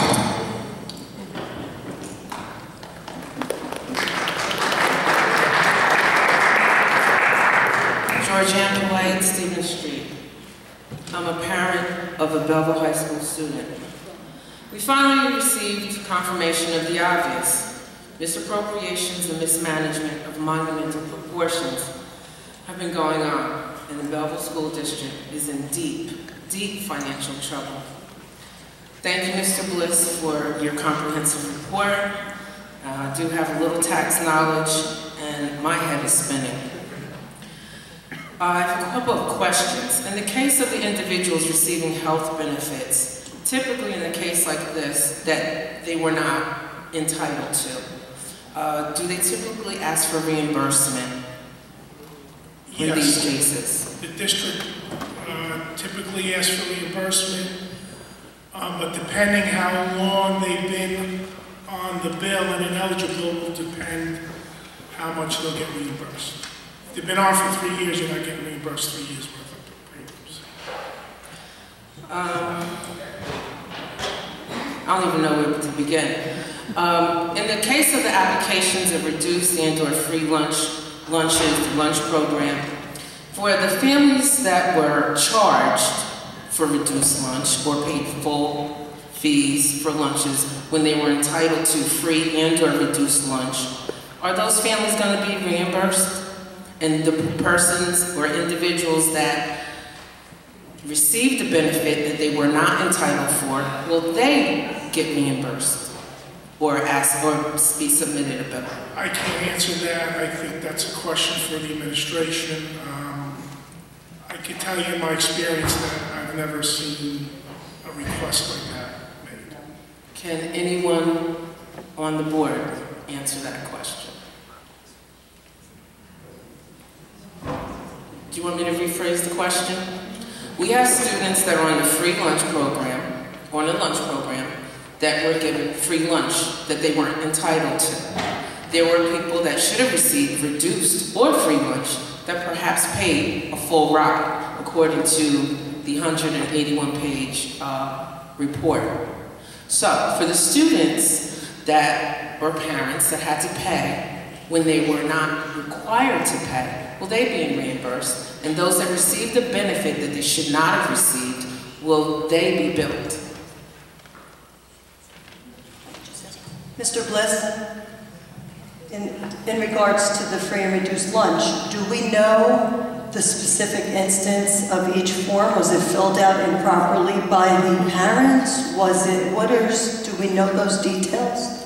Well, we know that what was put on the application for the exceptions we noted, we did not test 100%. We tested 71 applications, basically error rate of about 14% of them that we tested were either applications were not available or they were misclassified. I have to think that the parents filled them out. I don't know. They're signed, they were all signed, and they were approved by district personnel, but they were not classified properly. Some of them were classified as reduced. They were on the list as reduced, but should have been paid. Some of them were free and should have been reduced. I think one might have been reduced and should have been free. So it goes back and forth, but I can't tell you whether you could go back and pay the money back to the ones you feel that were eligible and the ones that are ineligible charge them. So, Mrs. Flight, to answer your question, it's something we would definitely look into. It would make sense if someone's receiving free lunch and shouldn't be, that we should bill them. I don't know what the policy or procedure would be, but we'll get back to you on the 20th meeting. In the instance of a $1.3 million music fund for School 7, do any other schools have a music fund that is of that proportion within the school district? Elementary school? That number was mistaken. I believe those are fair questions, Mrs. Paulette. I believe with the information that we have before us, or that I have before me, I would not be able to answer that factually. It would purely be an opinion, and I prefer to stay away from that. Right. I thought that number was $900. Mr. Bliss, from the audit that you performed, your comprehensive audit, were there any other elementary schools that had a music fund of that proportion? In Belleville? Correct. I don't recall there being a music fund in any other school. The balance that, and there might be, I just don't recall it, so I don't know. But as far as the balance of the music fund, it was $900, and it was a balance that came forward and it was recorded in the prior year audit. But there's no records to support there is. So, in fact, school number 7 is quite unique that they have a music fund, and the balance forward being the $900 of the elementary schools, of that proportion, because if I'm not mistaken, it was $1.3 million. The school 7 was a different account than the music. They were two separate accounts in the audit from the prior year. The school 7 account had like $58 in it. That was confirmed with the bank. The music fund was not confirmed by the bank. I can't tell you there is actually an account. All I can tell you is the prior auditor said there was an account. No one gave us anything to support there was. On the lease agreement with Clarity, who were the signatories on the bank documents? The signatories was a request for payment by the previous business administrator that went to the bank, and then the bank actually cut a check. The checks did not run through the district's accounts. It was an unbudgeted line item, I understand. So we have payments being made prior to vouchers or proper purchase orders being submitted. We have payroll taxes, quarterly taxes not being paid, with interest and penalties on the 940s and the 941s. We have signatures, and where 2 signatures should have been made, and 1 is made. Where 3 should be made, there's only 2 that are present. We have accounts that we don't know where the money is from or where it's going to. We've got double entry accounts that we're making single entries, and it's like a shell game. It's like, where's the money and where did it go? In essence, I mean, some things are clear to me, having children in the district and having to have to pay for various trips and fees, being requested to pay in cash or write checks out to cash to the school district. Now it makes sense. This makes sense why the worst practices were enforced and put into place. And to top it all off, is it true that Power School is still non-existent?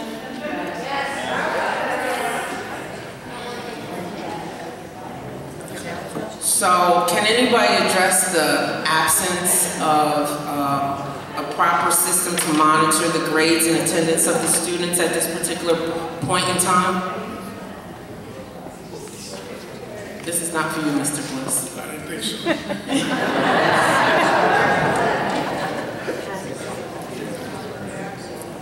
Several months ago, I addressed the board, and in light of... Mrs. Polite, can you please keep the comments to regarding the audit report, please? We'll have open forum and... Okay.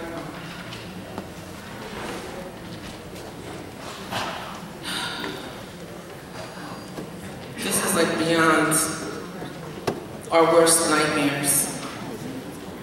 It started at 3.5 and it looks like it's tripled. And it hasn't ended yet. It's my hope and my prayer that with this board and with going forward that changes can be made. Because at the end of the day, the true victims here are the students. And this is going to follow them. This is going to follow them. There has to be accountability.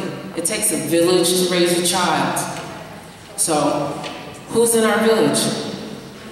Who do we have writing these checks? I know if I wrote a check for $1.4 million, I'll be in jail.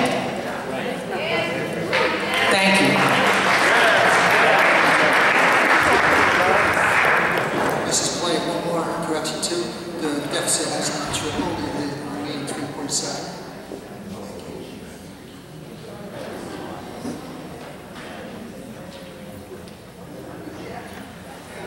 Trying to sort out some of the questions that already asked. Start with the auditor. Use the mic. How will some of these recommendations be enforced? Do you have any? How will they be enforced? The recommendations, as I said, will require a corrective action plan. That plan will be reviewed during the next audit period to make sure it was implemented and the recommendations were corrected. As far as enforcement, that's up to the board and the administration. Okay, then my next question will be to the board. How do you intend to have this enforced? What are your intentions? Does anyone have any idea of what they would like to do? What they suggest? What they would like to see? My question is to the board. Do you have any way of knowing in your own mind what you're going to do to enforce these recommendations? Can you hear that? Mr. President, Mayor. Of course, this is my first term, and I'm extremely disappointed with the findings, but I'm not surprised.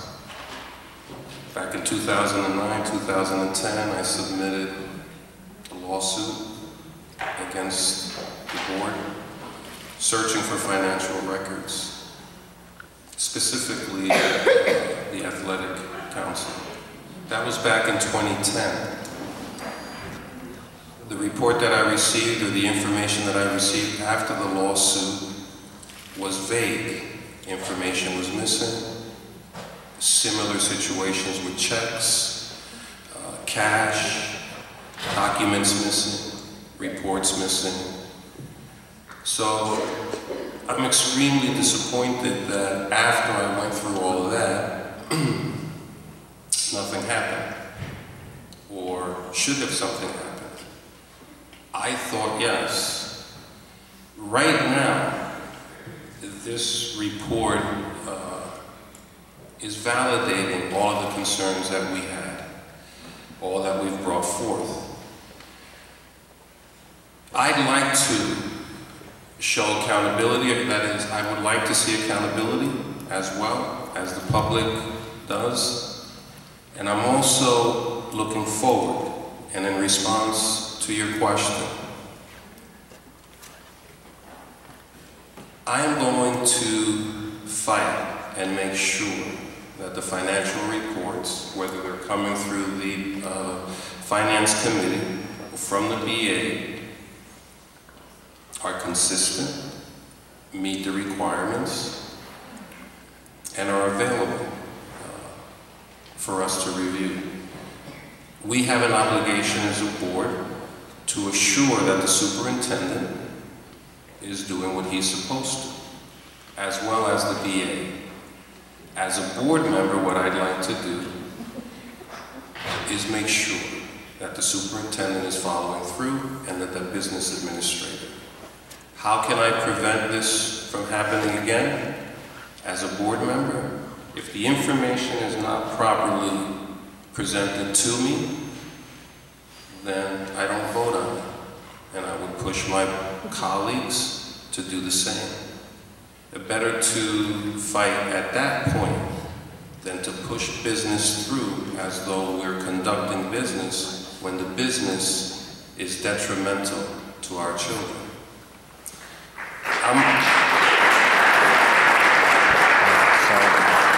I'm angry about what's happened. I'm concerned more at this point about moving forward. My understanding is that as a board, we cannot pass a resolution directing the state attorney general or the prosecutor's office to act. The taxpayers, as residents, can pursue certain things. And I think that as citizens or residents, we need to do our due diligence. Yes, we're looking for culpability. This report helps. To what extent can we take this report and punish someone, hold someone accountable, is something that I'd like to look at. And we will. In private session, with the advice of the attorneys, trying to figure out what we can do as a board. So I assure you that from this point on, I will be fighting to do what's best for our children. It is a small task, late, but we must move forward. And we're starting with the selection of a superintendent that is apolitical, experienced, and will take our district forward, along with the team that he's going to develop, BA, as well, to move forward and make sure that all of these issues that you see here are going to change. I can assure you that this number of deficiencies will change dramatically over the course of the next 3 to 6 months. I have 2 children in the school system. I have been fighting this battle with you. I'm here, and we're going to move forward with integrity, transparency, for the benefit of our children, our taxpayers. I hope that helps a little bit. Any other remarks on any other board? Yes, I'd like to also ask a comment. First, once a corrective action plan is implemented, our finance committee will help facilitate their administration to ensure those controls are carried forward. Also, when the new superintendent is picked, we have our second interviews on Thursday. But once the superintendent is picked, I will have our finance committee work with the superintendent to implement administrative controls throughout the district. We'll be working on process controls and get ownership back into our district where the control gaps are and try to close them. The second thing, once this corrective action plan is completed, probably towards the end of the year, mid-year, Mr. Bliss and his firm will be conducting another review to ensure that we are on track with this corrective action plan and we didn't miss anything. So I hope that also answers your questions. Thank you. Mr. President, if I may. Ms. Noguera, as you know, the board only sees this once a year when they do the audit report. Correct. As much as people may not want to hear it, this is all internal doings that the board does not see on a regular basis. It's the truth. Being the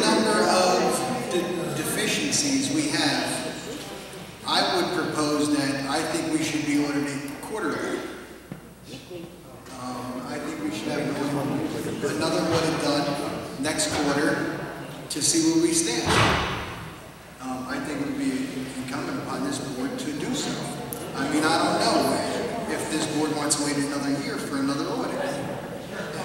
Mr. Zangari, we'll conduct this discussion more in private.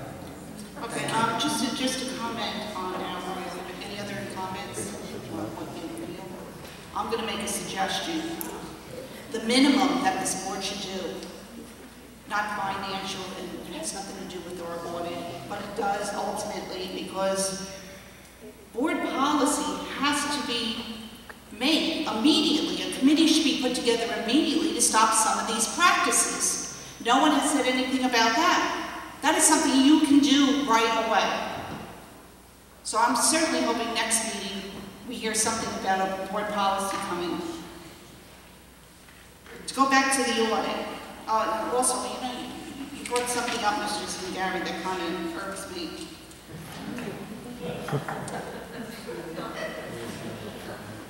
And I want to say this in a nice way. We found out what a non-experienced board administrator, board secretary cost this district. We're looking at $7 million, am I correct? Possibly? No, the deficit is $3,716,000. Okay. So $3,712,000. $3,712,000. Okay, I'm going to add the $1 million that was in surplus the year before that we have no more surplus. So that would be 4.7 that I feel the board is, should be held accountable. But we did find out what a non-experienced board member, business administrator, board secretary cost this district. An awful lot of money. And I'm going to suggest to the new members, please pay attention to your mandated training for the fiscal accountability. Every month, you're supposed to have financial statements before you. And I can't tell you when the last time I saw them. Within the last year, and Mr. Bliss has certainly accounted for that. That is something the board should be aware of, so I'm going to suggest pay attention at that training. Because 5 members had that training, or should have had that training, and should be aware of it. It shouldn't have come out when it did. All right, back to the audit. You've spoken about some illegal activity, Mr. Bliss. What is going to be recommended about that? What action will the board take on that? Excuse me, can you repeat that? You've spoken about some illegal activities, such as Title I. I could go down the list, but what will be recommended for that? Is it just procedure, or is anything in the criminal portion that the board can handle? The audit is not a report of criminal activity. It is an audit report of findings and recommendations related to financial procedures, disallowed costs that may be charged to grants. I'm not a lawyer and I'm not an investigator, and this report is not meant to say something illegal happened, and you know, I'm not qualified to sit here and tell you that. Okay, so then, it's, you know, can't be taken out of context. Okay, I won't take it out of context. Would you recommend something of a, and I'm not sure of the correct name, that possibly could lead, and also for the public to be aware of criminal activity that could have occurred, something like a forensic audit? Would that be a recommendation you might consider? I would suggest that the board attorney review the report and make that determination. Is that something that the president of this board would consider doing?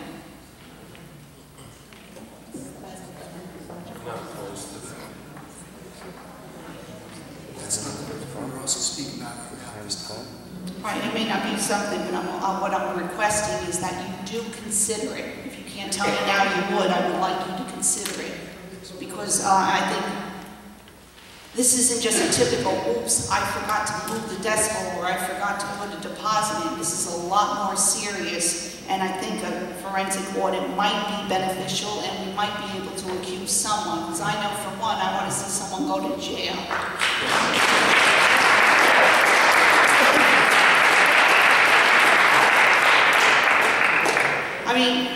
hate to come up here. This is, I feel abused. There's gross negligence here.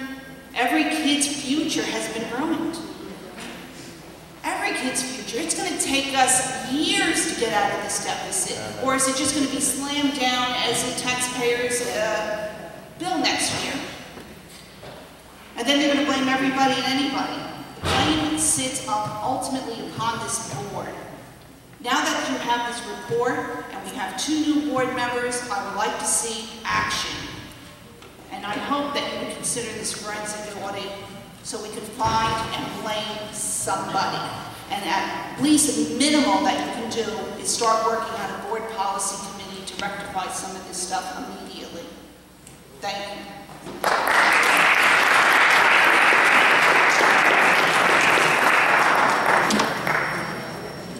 Good evening.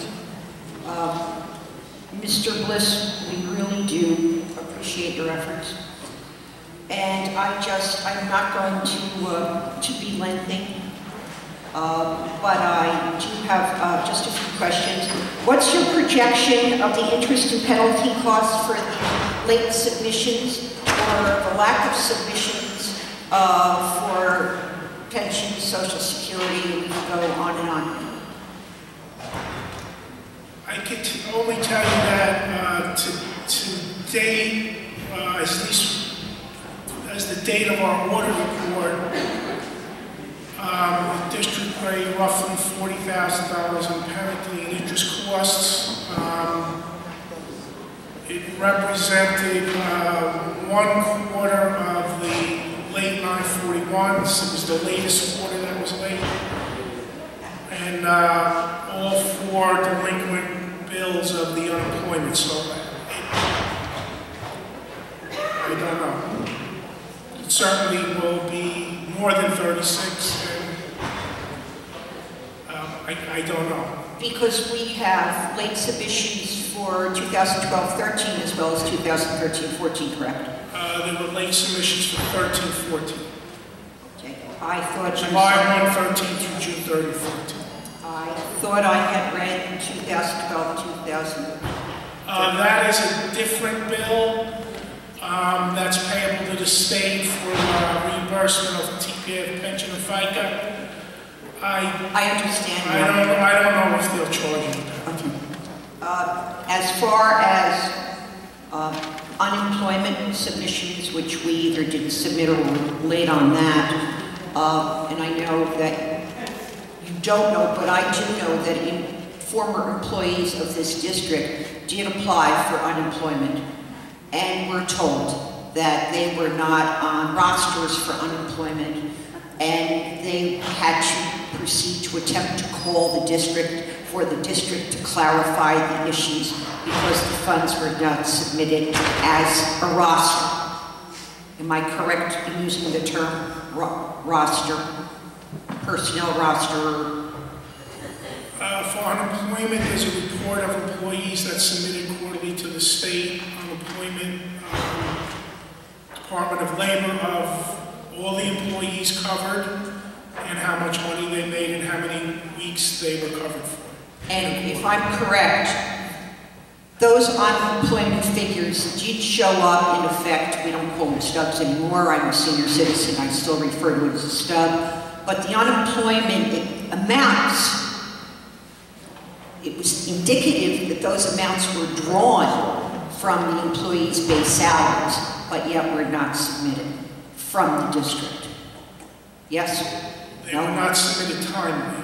They were not submitted timely, so that when people applied for unemployment, they were told that they were not on a roster and they didn't qualify.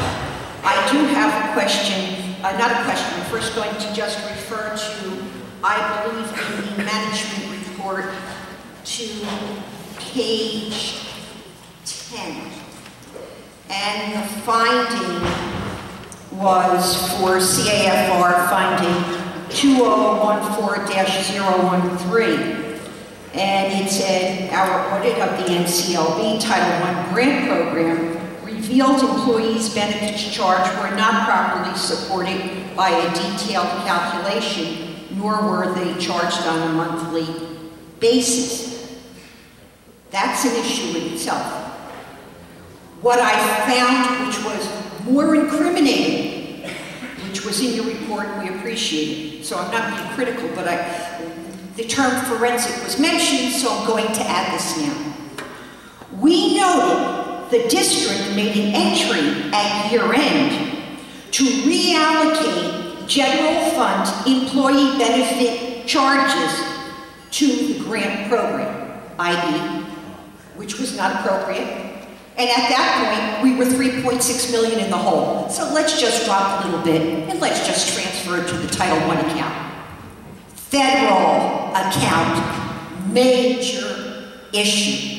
If there's any indication that we shouldn't go to the next step with a forensic audit, that's a good example because that wasn't an oops.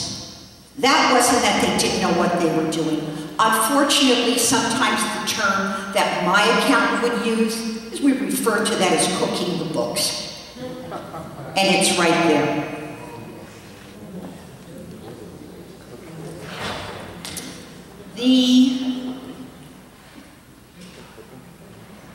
It is a question, and we've always asked this about the trust account for an advisory council. An advisory council, an athletic advisory council, had control of the trust account. In that funds for athletic events, for some reason, were not filtered through the school or the school activities account, but was filtered specifically into an advisory trust fund where one had the liberty to have a debit card. And that proceeds to be an issue. And no matter how small it was, the fact that there was an exclusive music fund at School 7, what a coincidence, we certainly bring that into question. The only thing that I need to suggest to the board, and I will be brief, is I know the frustration that some of you have had when you say, we asked for the numbers, we didn't get them. We asked for the reports, we didn't get them. Respect that. When it came to clarity, it seems that things were expedited. Yet on this board, currently, and also some members have left, we had tremendous expertise in IT. Tremendous expertise. And yet, we allowed a corporation without certification, Mr. Bliss, this board allowed that contract prior to certification for security of our personnel records, of our student records, and for the general safety of the students. And yet we had the expertise. In fact, we had someone who was in charge of corporate security who sat on this board. There are people on this board who have accounting expertise, and I respect them. All I'm asking is this. No more guilt by omission. No more guilt by silence. If you have a question as a board, no matter what it is, have the backbone to ask the question. Have the backbone to abstain, or have the backbone to vote no. But public unity, when we have a school district that is in financial ruin because we did not have the front office administrators answer to you, possibly by political fear or intimidation.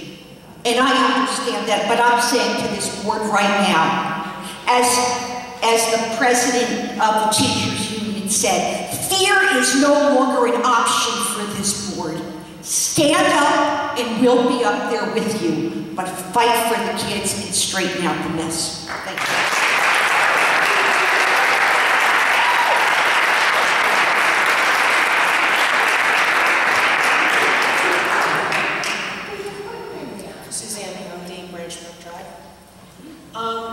My question, something stuck out to me just reading about the report from different sources, and certainly from what was gone over here tonight. Thank you, Mr. Lewis. My question doesn't surround clarity, which is the biggest chunk of our deficit. It doesn't involve people's livelihoods like the unemployment issue and the pension issues. It's a very small part of it, I think. However, I think it's also the one that you can act on, that the board can act on. Certainly, very quickly. That is the checks made out to cash and the debit card withdrawals, the ATM withdrawals. Certainly, these can be tracked to who cashed these checks. Certainly, we promote that. We know who's making withdrawals because all you have to do is track the card and get the money back. Or have them accountable for it. If it's an employee, fire them. Anybody who has worked a single day, so much as slinging a hamburger at McDonald's, knows you don't write a business check out to cash. It's not, you ask any of the kids in the high school, they know this. It is not acceptable. If you have any experience at all with any kind of an expense account, if you don't have a receipt, you don't get the money. And I mean, it seems, maybe it's more complicated. I thought this was one of the simpler things in the report, the less complicated issue, and the easiest one to act on now. And let us, as taxpayers, feel like we're making progress as far as learning things. Let's make some progress as far as doing something. Thank you very much.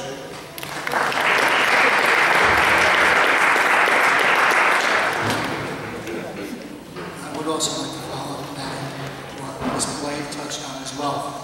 Any district or teacher or anyone throughout the district who needs to make a check out to cash must get approval from the business administrator. Has to go to a central office first. Can I clarify that statement? Prior to this, another lady made a comment that just struck me up and down my spine. Any parent here or anyone, do not make a check made out to cash. It goes to the Board of Education or maybe a specific student activity fund. If someone does that, you need to report it to me. Extension 1003. Please do not do that. Please report it to the board office. Thank you. The phones don't work.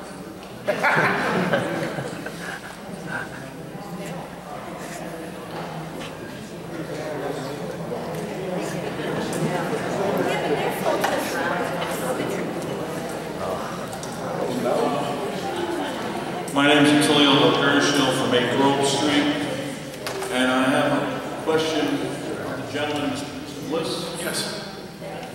Let's get to the money now. On page 1 and page 2 of this report, there is a statement of revenue, expenses, and changes in fund balances. Now I notice on the bottom, when you get to total government funds, it has a deficit of $6,187,545. Can you explain that, please? Yes.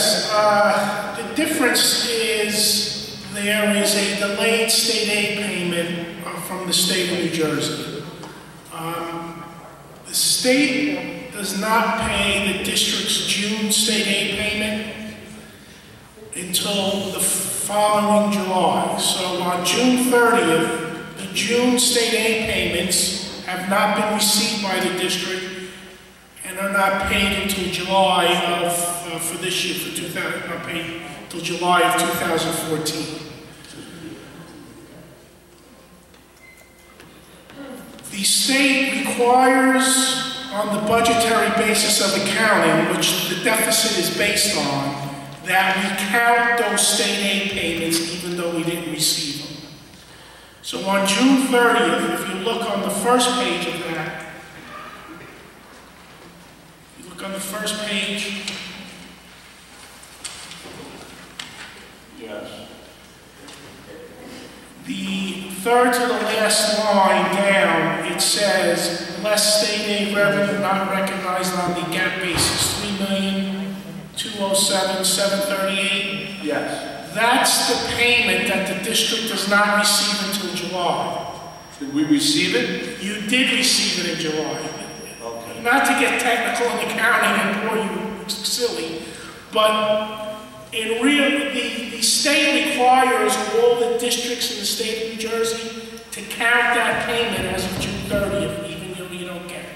Okay. So, on the real basis of accounting, which is GAAP, you can't count it.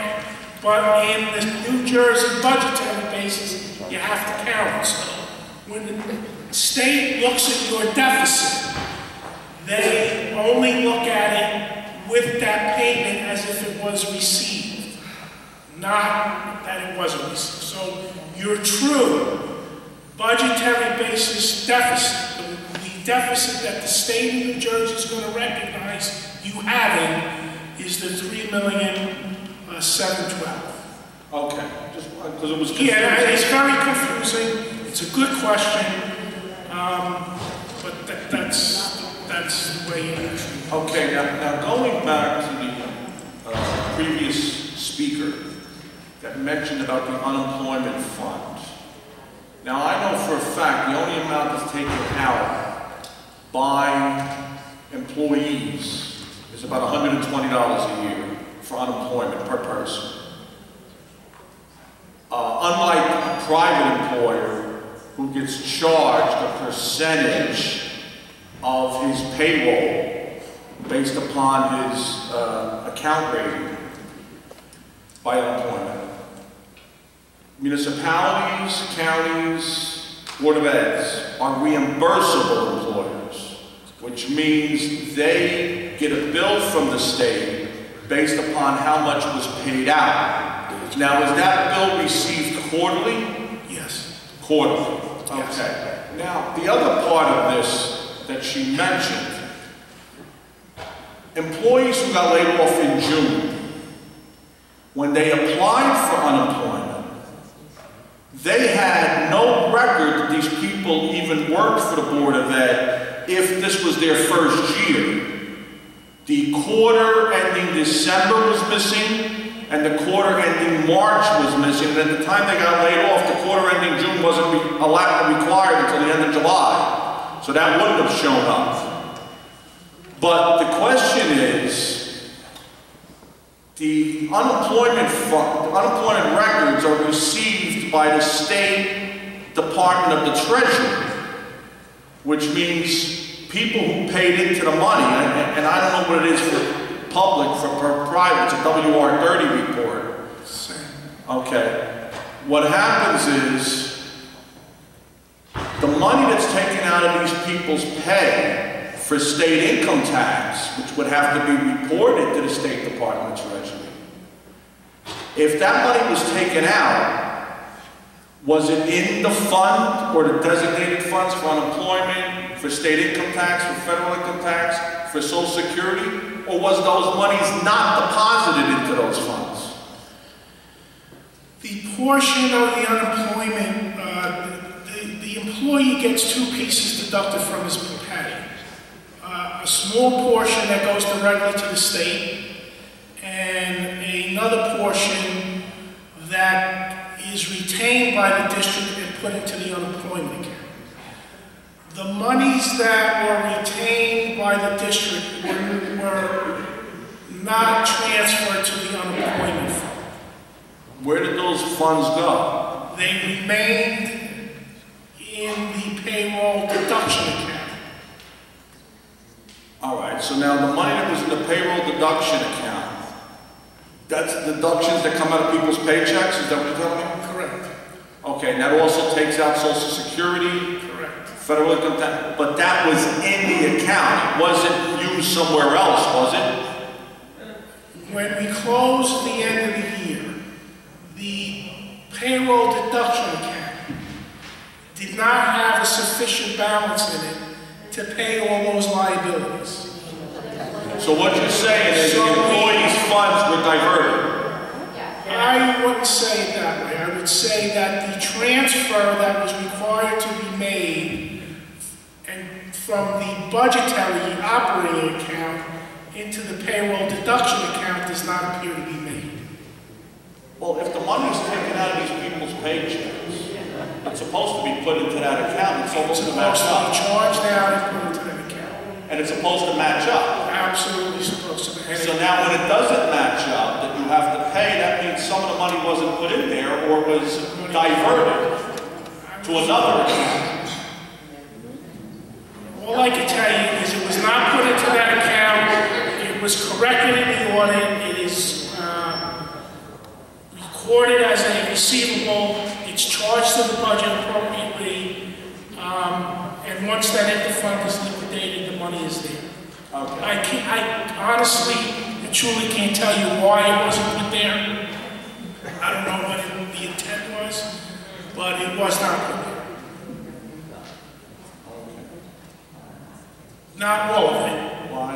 Well, the reason I'm saying this is because, and we have an attorney here, so I'm glad we have an attorney here. If she was given a check to put in her trust funds, and the money wasn't there, then she would be in a lot of trouble. That's the only reason I'm saying this. And that's because these are designated funds for certain uses, not for any other use. And that's why I'm saying it. Failure to deposit or failure to make a deposit doesn't mean a diversion. There's a difference in semantics. I think Mr. Bliss is also trying to get across. That's correct. I'm going to get myself into trouble because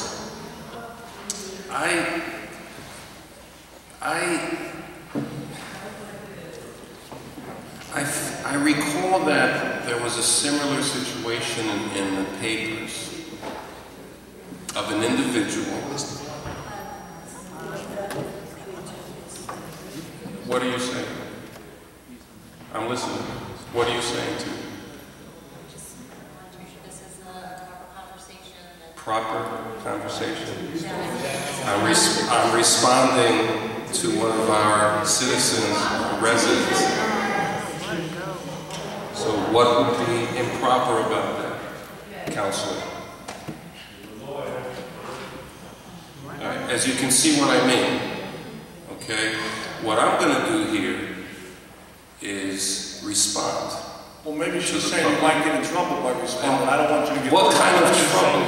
I have no idea. You would have to talk in private session with her. Since she's here. But you're asking the question and now you're telling me don't answer? Well, I don't want you to get in trouble. And she's shaking her head like I'm right. So, all right, well, I'm going to... Remember. I'm going to... And I don't want you to get in any trouble. Well, let me just say this. Let me say this. Let me finish. This is the same problem. This is the same problem that I had as a citizen when I came to the podium. Mr. Valon, I'd like to make a motion to a 2-minute recess. Discuss this further. Do I get the floor back? Second.